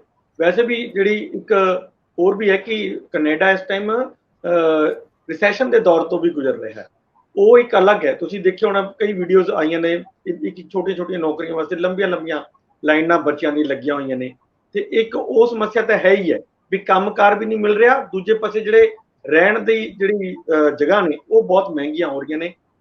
ਪਹਿਲੀ ਗੱਲ ਤਾਂ ਮਿਲ ਨਹੀਂ ਰਹੀਆਂ, ਜੇ ਮਿਲ ਰਹੀਆਂ ਤਾਂ ਬਹੁਤ ਮਹਿੰਗੀਆਂ ਮਿਲ ਰਹੀਆਂ, ਜਿਹੜੀ ਤੁਹਾਡੇ ਵਿੱਤੋਂ ਵੀ ਬਾਹਰ ਹੋ ਜਾਂਦੀਆਂ। ਸੋ ਇਹ ਚੀਜ਼ਾਂ ਉੱਥੇ ਦੇਖਣ ਨੂੰ ਮਿਲ ਰਹੀਆਂ, ਕਾਫੀ ਟਾਈਮ ਹੋ ਗਿਆ ਹੁਣ। ਇਸਦਾ ਸਿੱਧਾ ਅਸਰ ਉਸ ਤੇ ਆਏਗਾ ਹੀ। ਇਹ ਨਹੀਂ ਹੈ ਕਿ ਉਹਨਾਂ ਨੇ ਪੰਜਾਬ ਲਈ ਇਹ ਆਪਣੀ ਮੁੱਠੀ ਕੁੱਟੀ ਹੈ, ਉਹ ਕਿਉਂਕਿ ਕੈਨੇਡਾ ਵਿੱਚ ਹੋਰ ਵੀ ਬਹੁਤ ਥਾਵਾਂ ਤੋਂ ਲੋਕ ਜਾ ਰਹੇ ਆ। ਪੰਜਾਬੀ ਕਿਉਂਕਿ ਕੁਝ ਜ਼ਿਆਦਾ ਉੱਭਰ ਕੇ ਨੰਬਰ ਦਾ ਬਾਹਰ ਆ ਜਾਂਦਾ। ਮੈਨੂੰ ਬੰਦਿਆਂ ਨੇ ਦੱਸਿਆ ਕਿ ਰਾਜਸਥਾਨ ਦੇ ਛੋਟੇ ਸੰਗਰੀਆ ਟਾਈਪ ਦੇ ਸ਼ਹਿਰ ਜਿਹੜੇ ਨੇ, ਉਹਨਾਂ 'ਚ ਤੁਸੀਂ ਦੇਖੋ, ਅਗਰ ਇੰਨੇ ਜ਼ਿਆਦਾ ਇਮੀਗ੍ਰੇਸ਼ਨ ਸੈਂਟਰ ਖੁੱਲ ਗਿਆ ਹੈ, ਤੁਹਾਨੂੰ ਹੈਰਾਨੀ ਹੋਊਗੀ ਕਿ ਇਹ ਸਾਰੇ ਵੀ ਉੱਥੇ ਜਾ ਰਿਹਾ। ਹਰਿਆਣਾ ਬਹੁਤ ਉੱਧਰ ਜਾ ਰਿਹਾ, ਦਿੱਲੀ ਬਹੁਤ ਜਾ ਰਿਹਾ, ਪਰ ਜਦੋਂ ਗੱਲ ਚੱਲਦੀ ਹੈ ਉਹ ਸਿਰਫ ਪੰਜਾਬ ਦੀ ਚੱਲਦੀ ਹੈ ਕਿ ਪੰਜਾਬ ਦੇ ਲੋਕ ਜ਼ਿਆਦਾ ਜਾ ਰਹੇ ਆ। ਪੰਜਾਬ ਦੇ ਲੋਕ ਤਾਂ ਇਸ ਕਰਕੇ ਵੀ ਜ਼ਿਆਦਾ ਜਾ ਰਹੇ ਕਿਉਂਕਿ ਜਿਵੇਂ ਤੁਸੀਂ ਠੀਕ ਕਿਹਾ ਕਿ ਉਹਨਾਂ ਦੀਆਂ ਰਿਸ਼ਤੇਦਾਰੀਆਂ ਬਹੁਤ ਜ਼ਿਆਦਾ ਉੱਥੇ ਹੋ ਗਈਆਂ। ਹੁਣ ਤਾਂ ਲਗਭਗ ਹਰ ਘਰ ਦੀ ਰਿਸ਼ਤੇਦਾਰੀ ਉੱਥੇ ਹੈ ਹੀ ਹੈ ਕਿਤੇ ਨਾ ਕਿਤੇ। ਤੇ ਉਹ ਪਹਿਲਾਂ ਇਹੀ ਸੋਚਿਆ ਕਿ ਪਹਿਲੇ 2-4-5 ਮਹੀਨੇ ਜਿਹੜੇ ਹੈਗੇ ਆ ਉਹਨਾਂ ਕੋਲ ਟਿਕ ਜਾਾਂਗੇ, ਫਿਰ ਉਸ ਤੋਂ ਬਾਅਦ ਆਪਣਾ ਥੋ ਟਿਕਾਣਾ ਆਪਾਂ ਕੋਈ ਨਾ ਕੋਈ ਲੱਭ ਲਾਂਗੇ। ਪਰ ਦਿੱਕਤ ਇਹ ਆ ਰਹੀ ਹੈ ਕਿ ਜੇ ਹੁਣ ਉਹਨਾਂ ਨੇ ਵੀ ਆਪਣੇ ਹੱਥ ਘੁੱਟਣੇ ਸ਼ੁਰੂ ਕਰਤੇ ਤਾਂ ਫਿਰ ਜਾਣਾ ਔਖਾ ਹੋਊਗਾ ਹੀ। ਫਿਰ ਦੂਸਰੇ ਤਰੀਕੇ ਉਹੀ ਜਿਹੜੇ ਬਹੁਤ ਪਹਿਲਾਂ ਚੱਲਦੇ ਹੁੰਦੇ ਸੀਗੇ ਵੀ ਡੌਂਕੀ ਲਗਾ ਕੇ ਚਲਾ ਗਿਆ ਜਾਂ ਕੋਈ ਕਿਸੇ ਹੋਰ ਤਰੀਕੇ ਨਾਲ ਚਲਾ ਗਿਆ, ਇਹ ਤਰੀਕੇ ਫਿਰ ਜ਼ਿਆਦਾ ਅਪਣਾਏ ਜਾਣਗੇ, ਇਹ ਹੋਰ ਜ਼ਿਆਦਾ ਖਤਰਨਾਕ ਹੋਣਗੇ ਸਾਡੇ ਵਾਸਤੇ। ਬਹੁਤ ਮਿਹਰਬਾਨੀ, ਬਹੁਤ ਧੰਨਵਾਦ। ਧੰਨਵਾਦ ਜੀ।